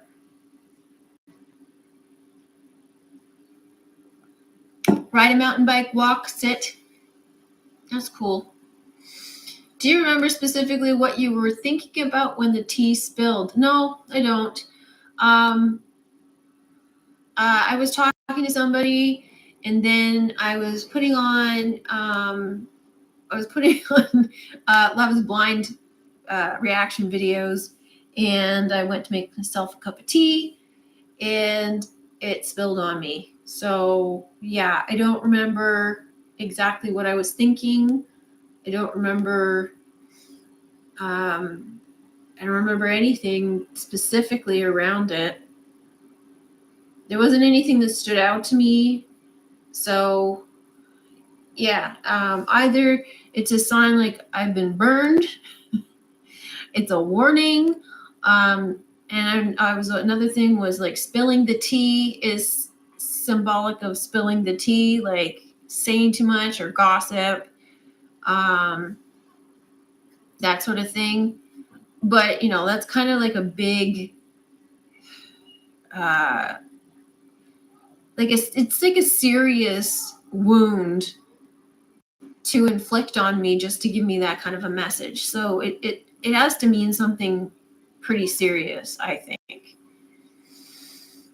Andrea, when stuff like that happens to me, I know what my thoughts were at the time. Usually it's not a good thought. Out of control thing. I think that makes more sense. It took a while for me to remember to note my thoughts when stuff like that happens. Now it's automatic. Like if I break a dish, my first thought is, what was I thinking? Yeah, like usually I do. I usually do reflect to some extent, but I think I was in such pain and I was more concerned with getting the hot water off of me and tending to my wound that everything I had been thinking about went out of my head. It was just, yeah, it was bad. So, yeah, I didn't really think what was connected to it or anything. And it wasn't until after that I reflected on it that I thought it was odd. I got frustrated at work Friday almost immediately. I walked into an industrial garage door that wasn't all the way open and hit the bridge of my nose, and it bled really bad. Oh dear, sorry to hear that. See, that's kind of a similar sort of thing. So there, if we look at these things as all like street theater and you know, things that calling your attention, so it hits the bridge of your nose, which is near your third eye, right? So it's calling attention to you. So it was on Friday. Have a look at the story and see if you can find out some hidden meaning in it. Either, like we were saying, is there something that you were thinking about? Has to do with a garage door that's half open, hit the bridge of your nose, bleeding. Those are all keywords that will help you try to give you a message. I think that's why Jesus said, call it all joy when you find yours in trials and tests. Yeah, probably. I haven't heard of that, but that sounds like a really interesting quote. And it pertains to what's going on, what we're talking about. But yeah, like the door is half open, hits you on the bridge of the nose, which is close to the third eye, and there's blood. So see if you can find a message in there. Look up the etymology of tea. Yeah, I did. Because tea is also like truth, spilling truth. So I thought maybe it has something to do with don't say too much truth. You know, like there's certain things that I'm experiencing or seeing or whatever. Maybe it's too soon to say. I shouldn't say that. I don't know. It's like, okay, here's the other side of it. Okay, so T is T, right? Which is T for truth, but it's also T as in T and T. The Tina Turner, right? So if you've seen my Barbie trailer, in it is the two T's for Mattel. Separating the two worlds is the TNT, with the two T's coming together, bringing the two worlds together, two planes together, and the collision of the two is the atomic explosion. So perhaps it's spilling the tea and getting a burn. So getting burned by the tea is getting burned by the tea going through the atomic explosion, right? I got burned badly from tea at age 17, and right before the tea almost fallen. So I interpreted that as a warning to pay attention. I'd already been warned once. Yeah. I was judging people at work in my mind. Wow, Mickey, that's such a great insight.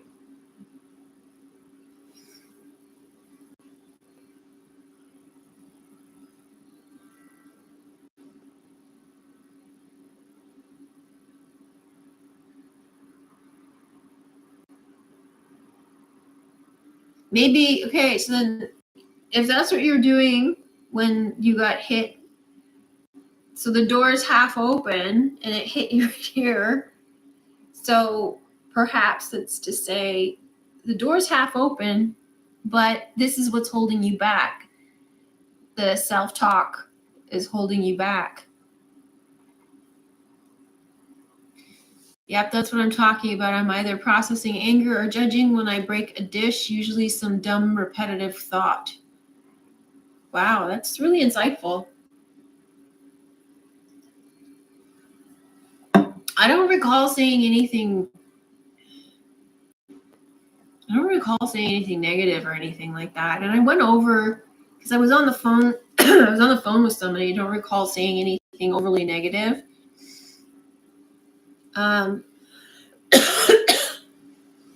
So,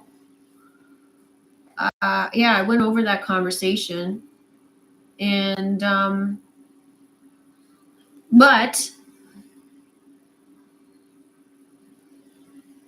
I don't know.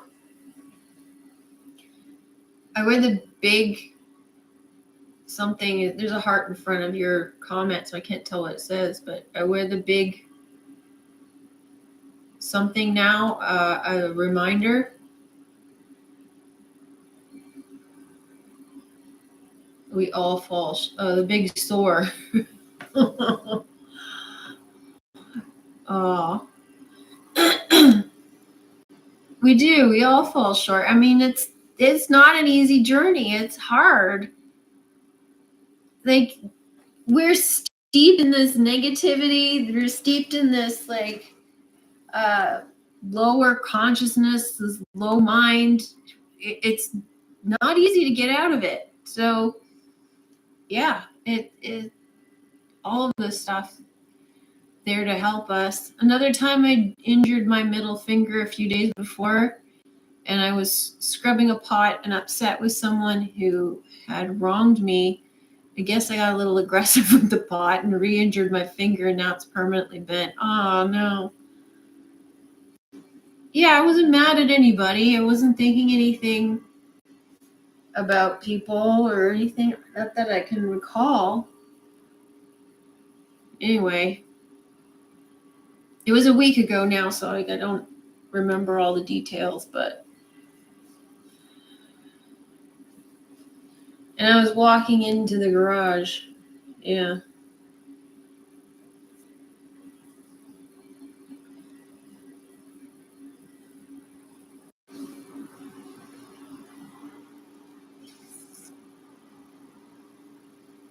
Yeah, it's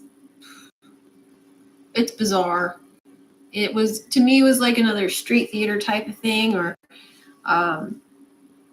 maybe it was scripted. I don't know. It just seemed like it was like, this has to happen right now, and no matter what I do, it's going to happen. It would have been nice if it wasn't scalding hot. It would have been nice if it didn't, ain't nice. It seems supernatural. What happened to you? The mug just started shaking. Yeah, exactly. Like, it's just bizarre.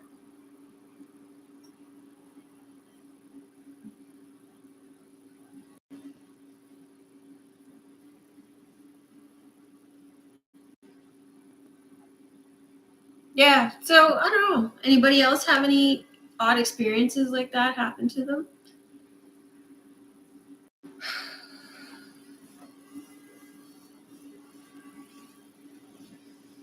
Um,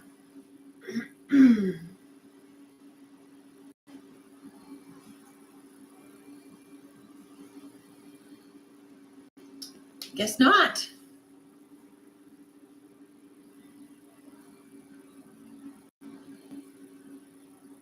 Well, where did everybody go?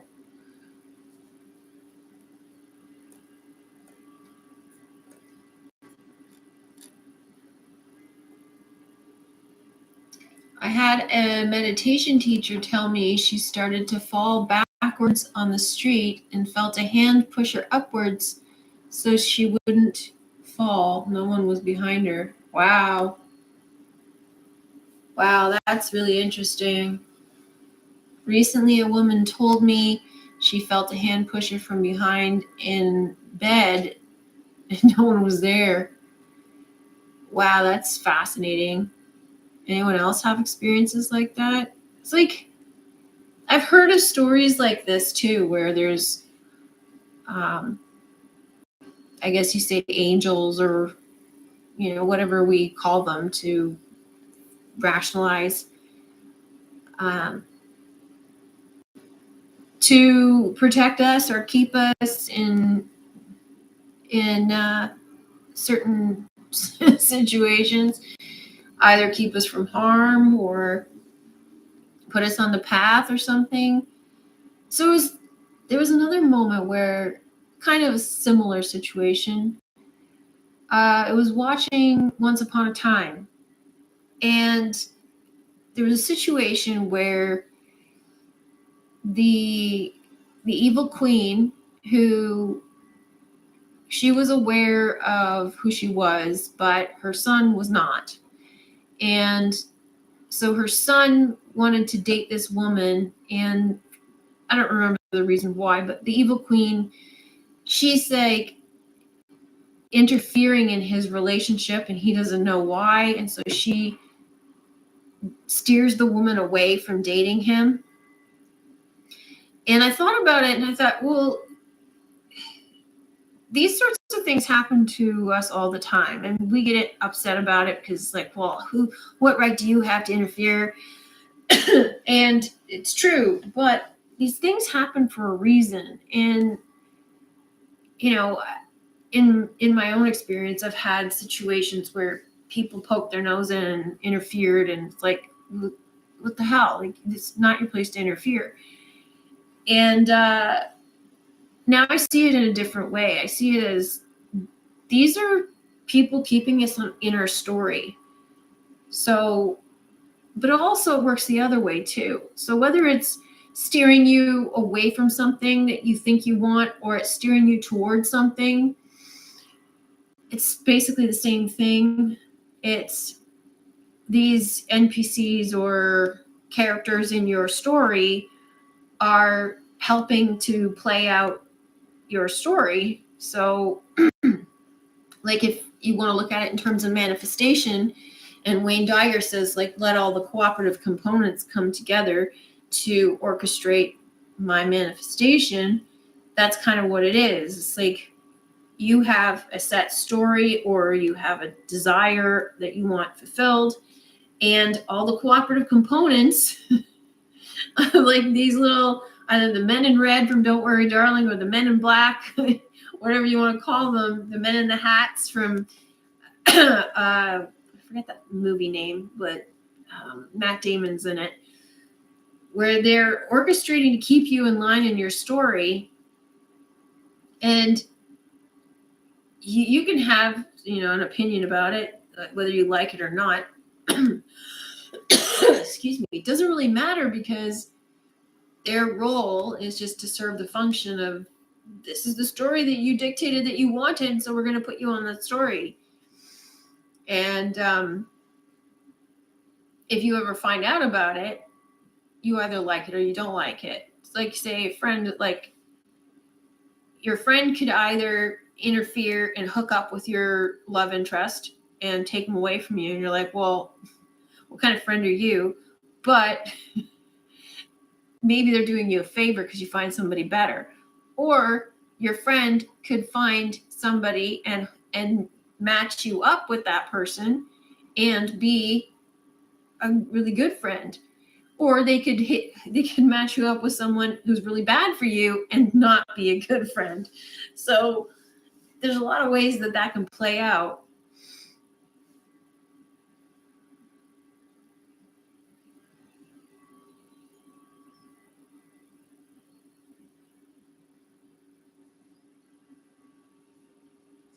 I got mad at God one day, said it out loud immediately, had a low out, a blowout, and rolled my Jeep 5 times, was ejected. Whoa.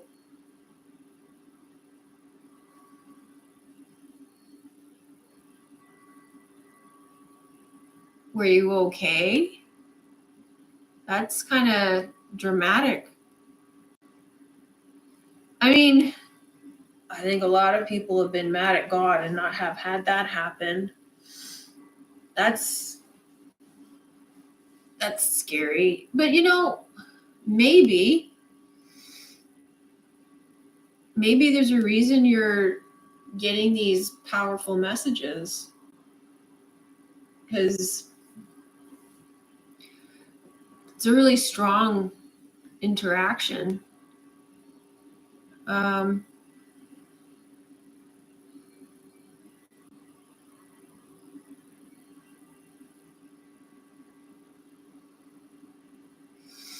Mickey Mouse operation, car accident. Oh my. Yeah, like that's dramatic.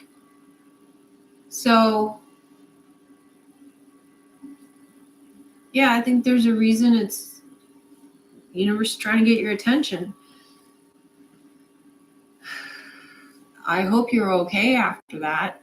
I mean, you're here, but yeah, was that a long time ago? Or was it recent?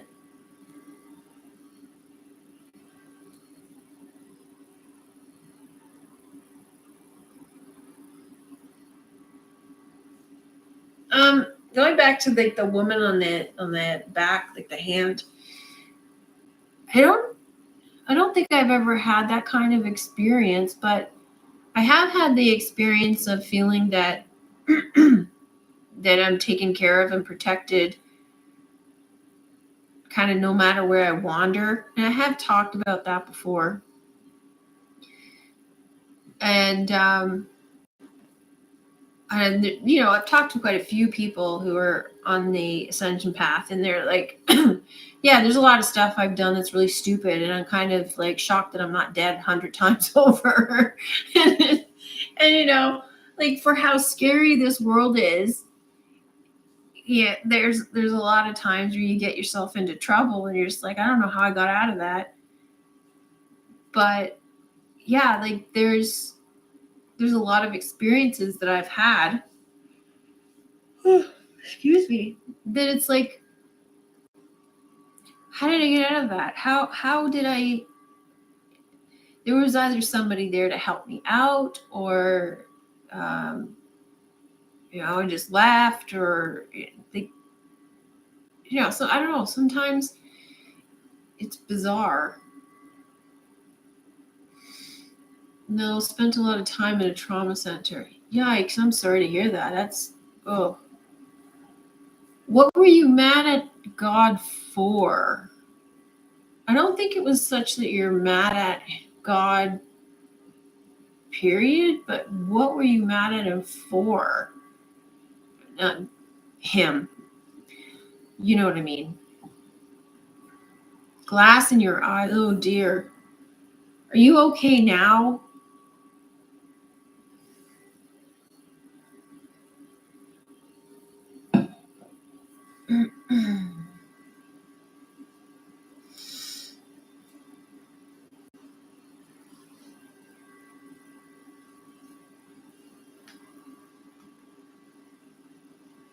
And what came out of your experience? Like, if the purpose of this situation was to draw your attention to something, did it? If you spent a lot of time in a trauma center, that gives you a lot of time for like self-reflection and reflection. It was 15 years ago, so you're okay now?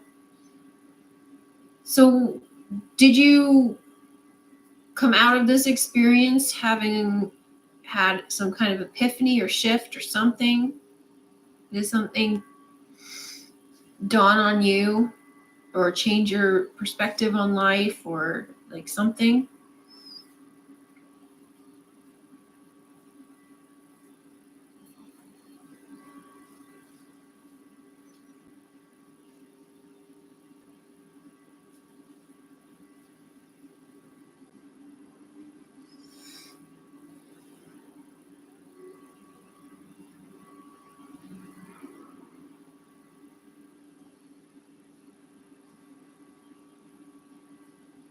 Okay.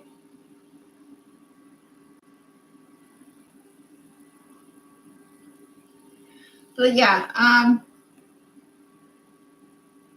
yeah, like, I mean, I've talked a lot about sort of kind of supernaturally type experiences, but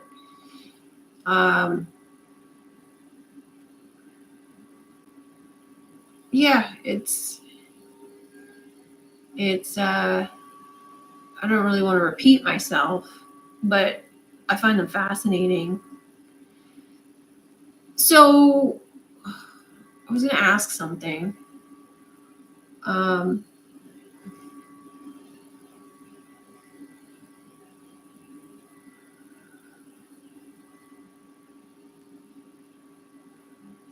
You're 49 and healthy. Well, that's good. Glad to hear it.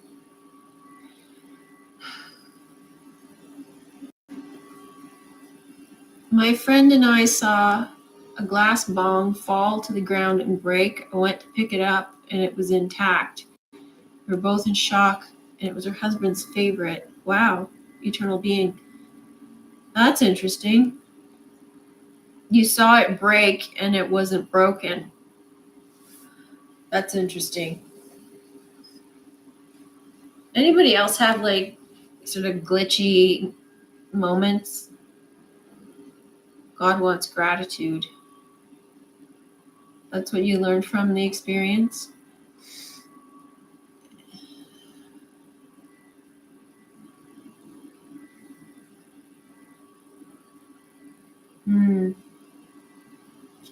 I had a partial hysterectomy at a time.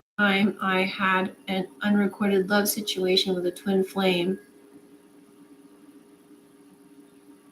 Reminded me Friday.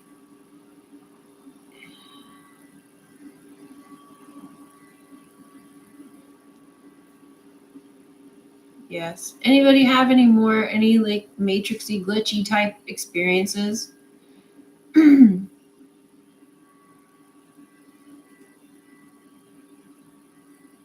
Like, I would like to get to the point where I can mess with stuff, mess with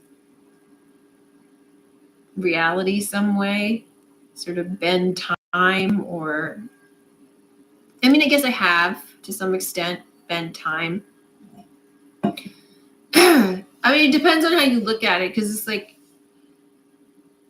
I've heard stories of how people are able to time travel, bend time, this sort of thing. But like, what does that actually look like? In what way? Because I can do those things through meditation, but am I physically there? Like, I'm not like waking up as I am, not waking up as I am, and physically living in a different body or a different life. I have, through meditation, I've been able to do past life regression. I've been able to visit past lives, which would be time travel. But I'm not physically there. Like, I'm not staying there. So to me, time travel is, hello, wake up in 1924 today. That's time travel to me. But I don't know, maybe there's a different assessment, different way of looking at it.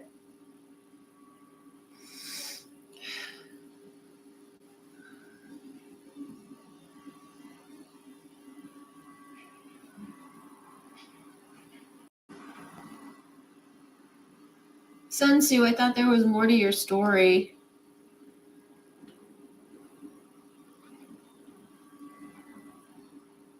Mickey Mouse, I'm in tears. Now? Aw. What's going on, Mickey Mouse?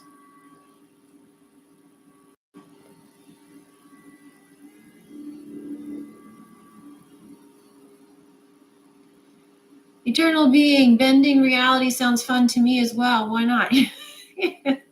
Well, here's it. Like, when you get to the point where it's like, it's not about the physical stuff anymore. Like, it's nice and everything, but like, I want to have fun with, my other stories, my past lives, my, bending time, warping reality. Like what can we do? What can we not do? um, that's fascinating to me. So, I know I have some things to have happen first. So I can go through that first. But whenever the time is right and I dealt with that stuff, or not dealt with it, welcomed it, and come to um, that place, then I'm going to start looking into exploring those. I think that's going to be fun.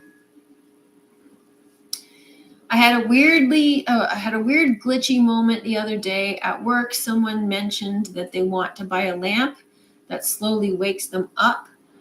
And then when I was in Tesco in a queue, someone behind me said the same thing. Oh, that's interesting. That's quite a synchronicity.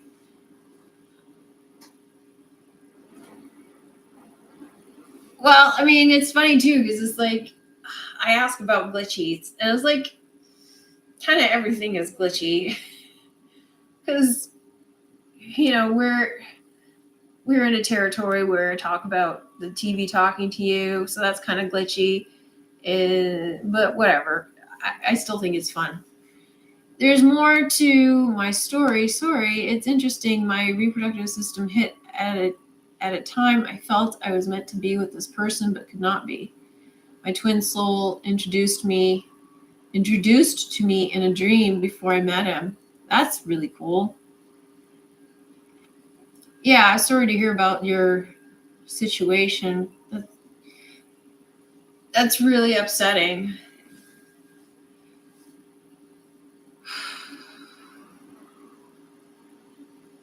But again, going back to what we were talking about earlier about something Nat said about the story and about what is meant for us, um, you know, perhaps that's part of your story. I'm pretty sure I do it in REM. Do what in REM?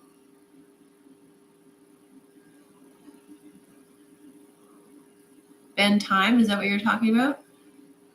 It's a lamp that gradually gets brighter, basically a lamp alarm clock. I mean, how bright does it have to get to wake you up? It's like, I mean, I don't think a lamp is going to wake me up. Yeah, if you don't need an alarm clock. I was in England when I was in my 20s and I was living there. I didn't have an alarm clock. I think it was 6 months, and I just said to myself, I can wake myself up on time. Did not have an alarm clock for 6 months. Worked in advertising, so I had to be up at a specific time every day. I was never late for work, ever, and never tired. And I just told myself I need to be up at this time, and I woke up at that time. And I do that now too. I don't have an alarm clock, but if I need to get up at a certain time, I'll just say, no, I'm going to get up 7:30, and I do. I usually wake up 2 minutes before. So it's really interesting. You can just tell yourself, I'm going to wake up this time. I'm going to wake up at this time, and I'm going to be well rested. It's just setting intentions.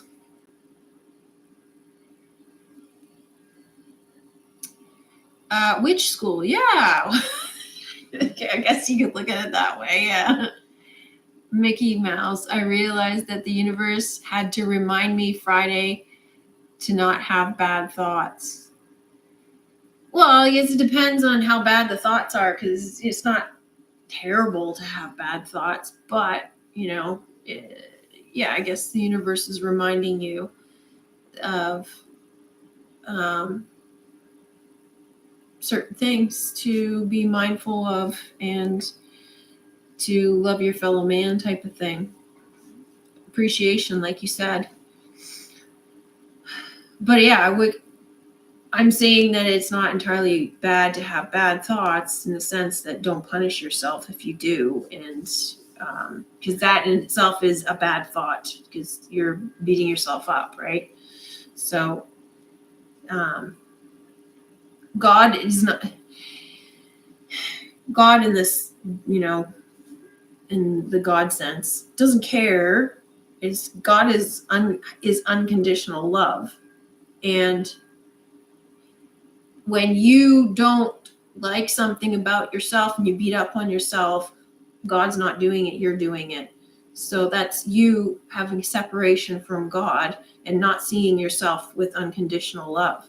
So when you're beating yourself up or when you're criticizing other people, that's separation from God. You're not seeing them with you're not seeing them with unconditional love, and you're not seeing yourself with unconditional love. And when you recognize that you're doing that sort of thing, don't beat yourself up about it, but like recognize that you're doing it and say, okay, well, why am I doing this? And pay attention next time. If you do it again, pay attention and say, okay, maybe I don't need to do this.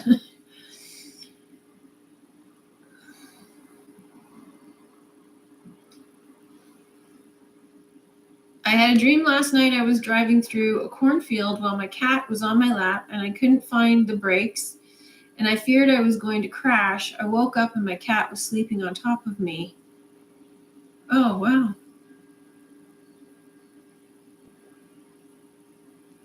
Yes, or just change timelines. Yeah, I have a different perspective on the whole changing timelines thing, because I can understand where people are coming from in that, using that language and stuff. So it's fine.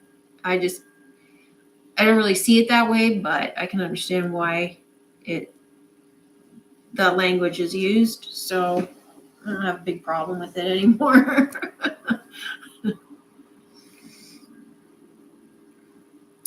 TrueLove, you're so wise. Have to stop here Sundays, albeit briefly, Sun Tzu. Thank you.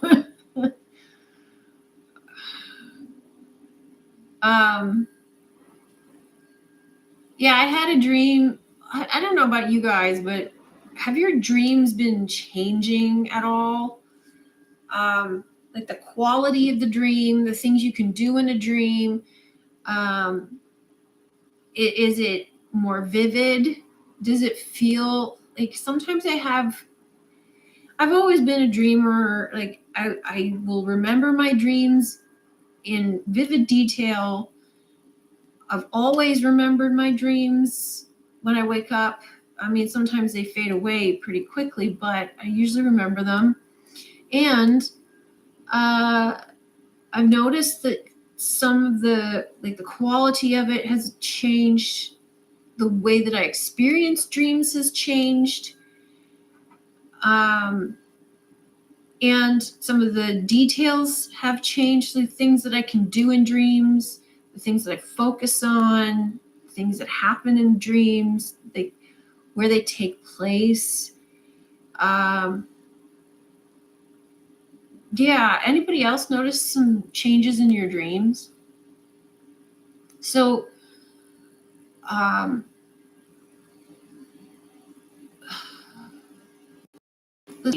for example, for quite some time, I think I mentioned this, I'm not sure, but for quite some time, I've noticed that I was able to read in dreams, and people say you're not able to read or write. I can read and write in dreams, handwriting, reading handwriting, making notes, reading cell phones, seeing pictures on cell phones, seeing text on cell phones. I've been able to have full-on conversations. The other day I had an experience where What happened?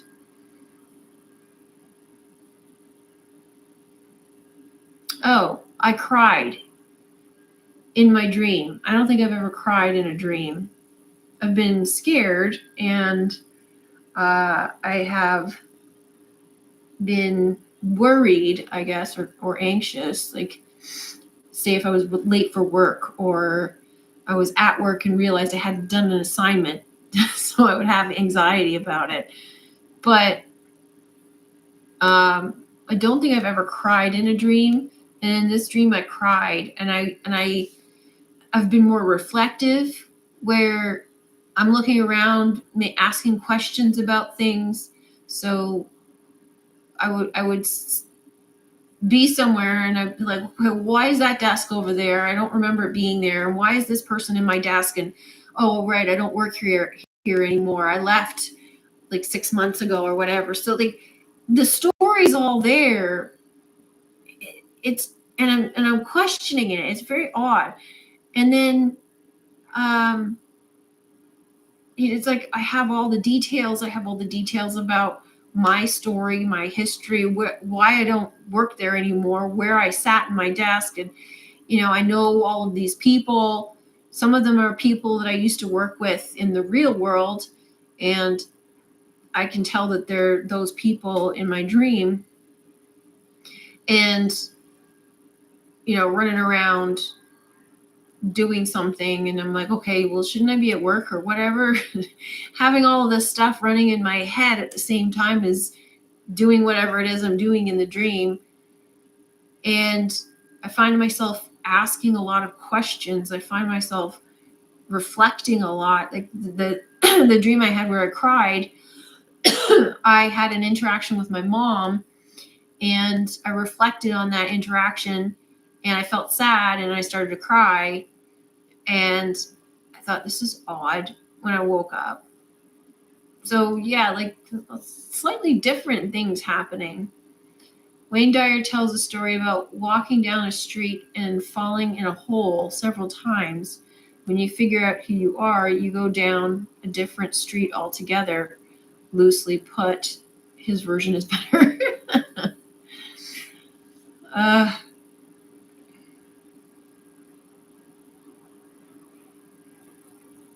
Nobody knows is back. Hello. We're talking about dreams, or we're talking about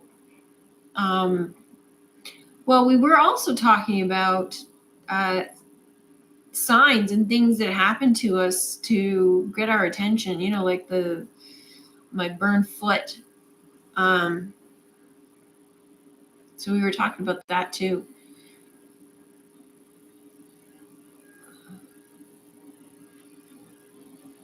Yeah, okay. So going down the same path is kind of like Groundhog Day.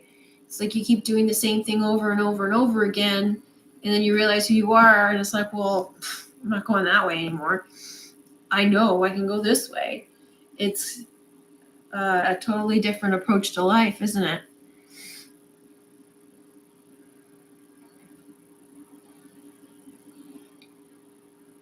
In regards to which school, yeah, we were talking about which school, which was kind of a reference to the stuff that I want to do, which is like bending time, or time travel, or experiencing different lives, changing timelines, like Mickey Mouse said. So, stuff like that. Just playing around with stuff, playing around with the universe, and trying different things, and pushing the limits to what's possible. Um, so I did a little bit of that with Tara, and like that was fun. We would meditate, and then we would try to meet somewhere, like mentally meet somewhere, and we were seeing the same things, and so that was kind of interesting. um, so yeah, like meeting in I mean, I guess this is like space. So you can meet with somebody from the past in your head, and it feels real. It's kind of like a dream, right? Once upon a time, has the teacup and evil queen said, "You mess with a witch, gonna get burnt." I thought that was weird. Whoa.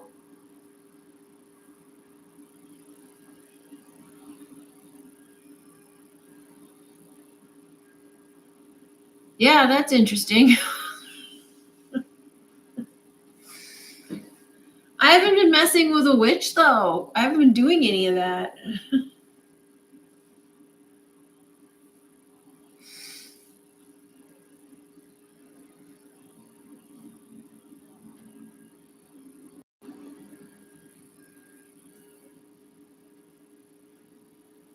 Hmm. I mean, I don't. I mean, in Once Upon a Time, it's pretty obvious who the witches are. They tell you, and but everybody in that world, they deal with magic. Even Queen, the evil queen, is using magic. They all use magic. The teacup is given to Alice to remind Gold to remember who he was. So it was dualistic. Yeah, I just saw that. I was watching that episode where they gave the teacup to Alice to give to Gold, and I saw the episode where she did give it to him.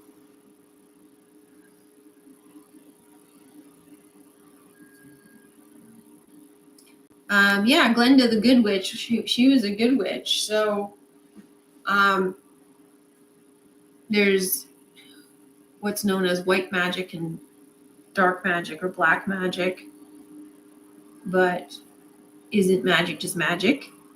But if you're doing dark magic, you're probably drawing on dark powers and doing mean and nasty things. Evil turned good is dualistic. Yeah, it is. So, but the magic is magic, right? But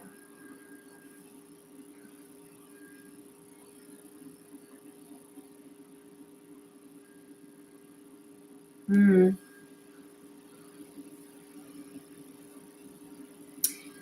I haven't got to the episode with the witch and the teacup yet, but but yeah, that's funny. Hmm. I will pay attention when I come across it. So Nat mentioned her lamp synchronicity. Did anybody else have any synchronicities happen? Um, I know it was funny. Like I was talking to Nobody Knows, and she had synchronicity with tampons, and then I go and watch a video, and the commercial that came up was tampons, and the tampons ad said "level up" or "upgrade," something like that. So that was interesting, and it's just funny how I will talk to somebody and they'll say, "Well, I've been having this synchronicity," and then I go right away and I have that same synchronicity. Um, Kind of odd.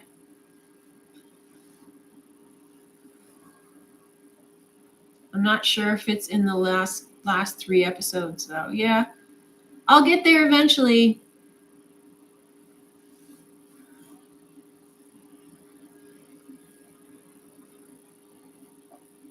Has anybody seen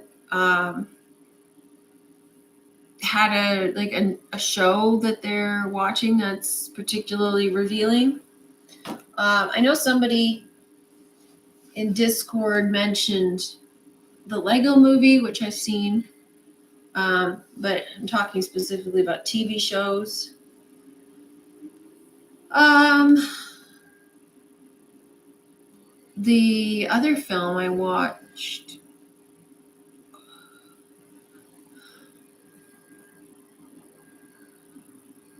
I don't know. I see it everywhere. I see the same story everywhere. So it's kind of just doesn't really matter what I watch, I guess. But I prefer the shows and TV shows and movies that have a lot more to them. Synchronicities seem to have gone quiet since the tampon ones. Yeah, I mean, it wasn't that long ago, but yeah. Um,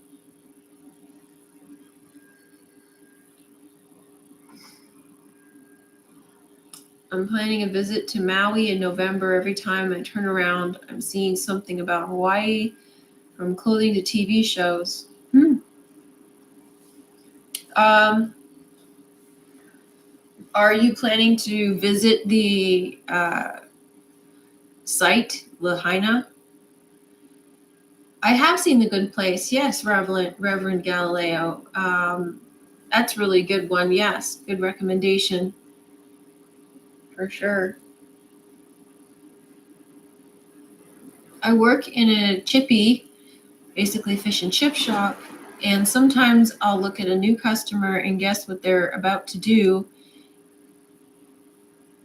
or guess what they're about to do, order, and it's like judging a book by its cover, and I get it right sometimes. That sounds like fun, actually. And it's funny because I was thinking about that too, because when I was watching Once Upon a Time, um, one aspect of it that I really love is how they have these same actors playing the same story, the same character in a different form, different story, different name, and they don't remember their other lives. And so, but you can pick up on it. But they change their names, but their names still tie into their story. So there's like Rumpelstiltskin is known for spinning straw into gold. So in another world, he was known as Mr. Gold. And then in the current one in season 7, he's known as Mr. What was his name? Mr. Spinner or something. something like Mr. Spinner. And because he spins the straw into gold, and I thought that was really funny. And it's so true. Like that's how you tell who you are. Like your name tells you, where you live tells you. I mean, all the people you were surrounded by. And then that's the other thing too, is like you're still surrounded by all of your people, even though you're asleep and you don't know it. You're still surrounded by your people.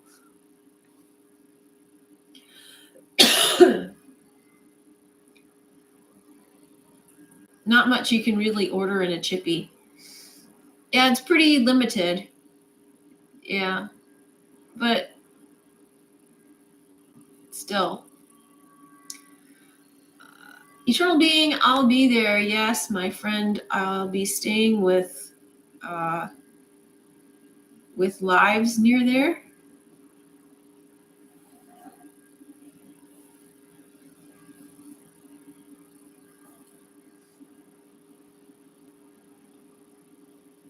Can you report back what you see with your open eyes?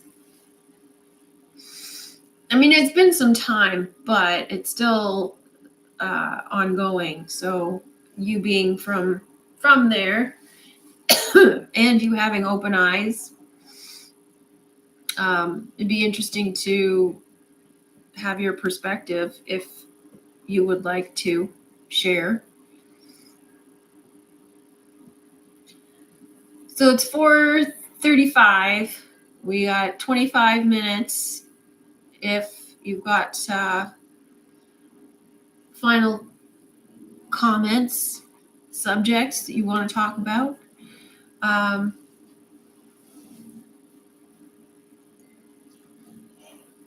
oh my gosh, absolutely excellent. Okay, cool. Alchemy. You want to talk about alchemy, Mickey Mouse? What What about alchemy?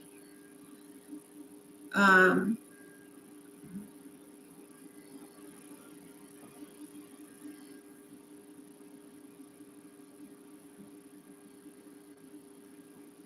Yeah, like the Good Place was good TV show. Pretty obvious too. Ixie, hey, she's snoozing.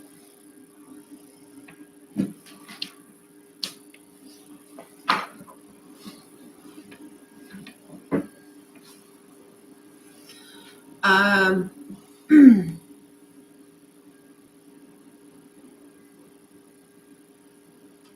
Nobody has any last comments, subjects you want to talk about? Mickey Mouse wants to talk about alchemy. What specifically? Hmm. I think the air is pretty dry in here. Got a tickle in my throat.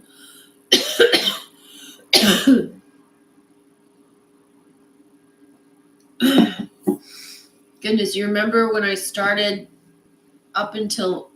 doing these lives, I think in February and March-ish, I was coughing and hacking. Oh, boy.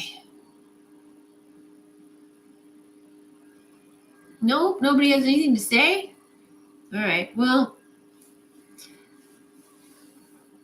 maybe we wrap it up now.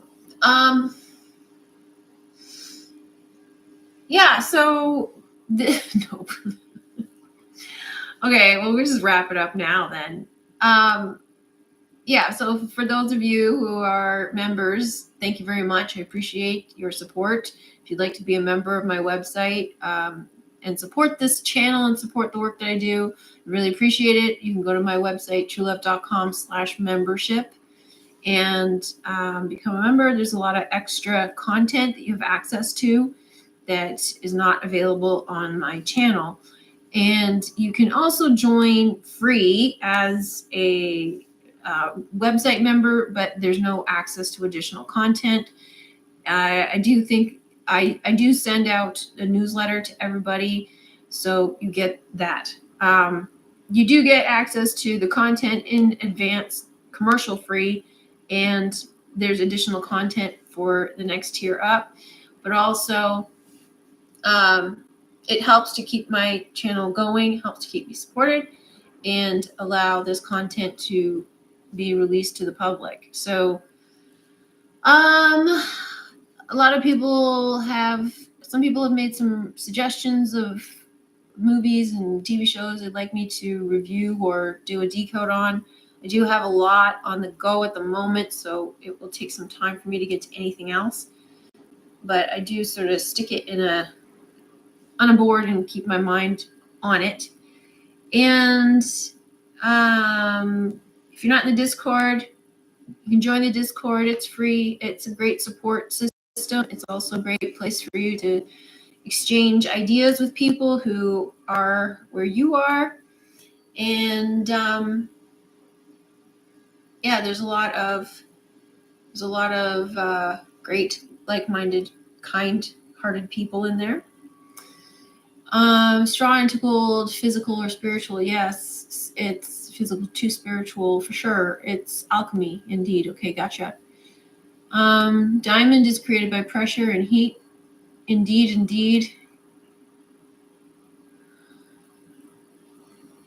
You should definitely do decode on what we do in the shadows. Yeah, I don't think I will. I watched a little bit of it. It's not really my thing. I didn't see enough in it either, but I appreciate the suggestion. Thanks for the work you do. It's helped expand my awareness. Don't like Discord, but we'll catch you on the site. Yeah, we can communicate in the site too. Like once there's a healthier number of people, we've got a decent number of members. You're welcome, Reverend Galileo. Appreciate your support. And I keep building on the benefits. So as the membership grows, there's going to be more membership benefits for sure. Also, if you want access to specific videos without being a monthly member, you can cancel anytime. So if you want to just sign up and access the videos now and then not be a member permanently, I don't really advise it, obviously, but you can. So if, say, you wanted access to Barbie and Oppenheimer, you can go and be a member for a month and get access to both. And in there's also Poseidon Adventure, Free Guy, and Dark Shadows. So it's beneficial, and those decodes are really eye-opening, and they should help you unlock levels of perception. So that's what all my decodes do. So yeah, but yeah, I will see you in the Discord. And so this week, I have a video coming out on the channel tomorrow, which is still connected to the Barbenheimer situation and what's going on right now, tied into some of the stuff I was talking about today. And then this week I've got a video coming out on Wednesday, and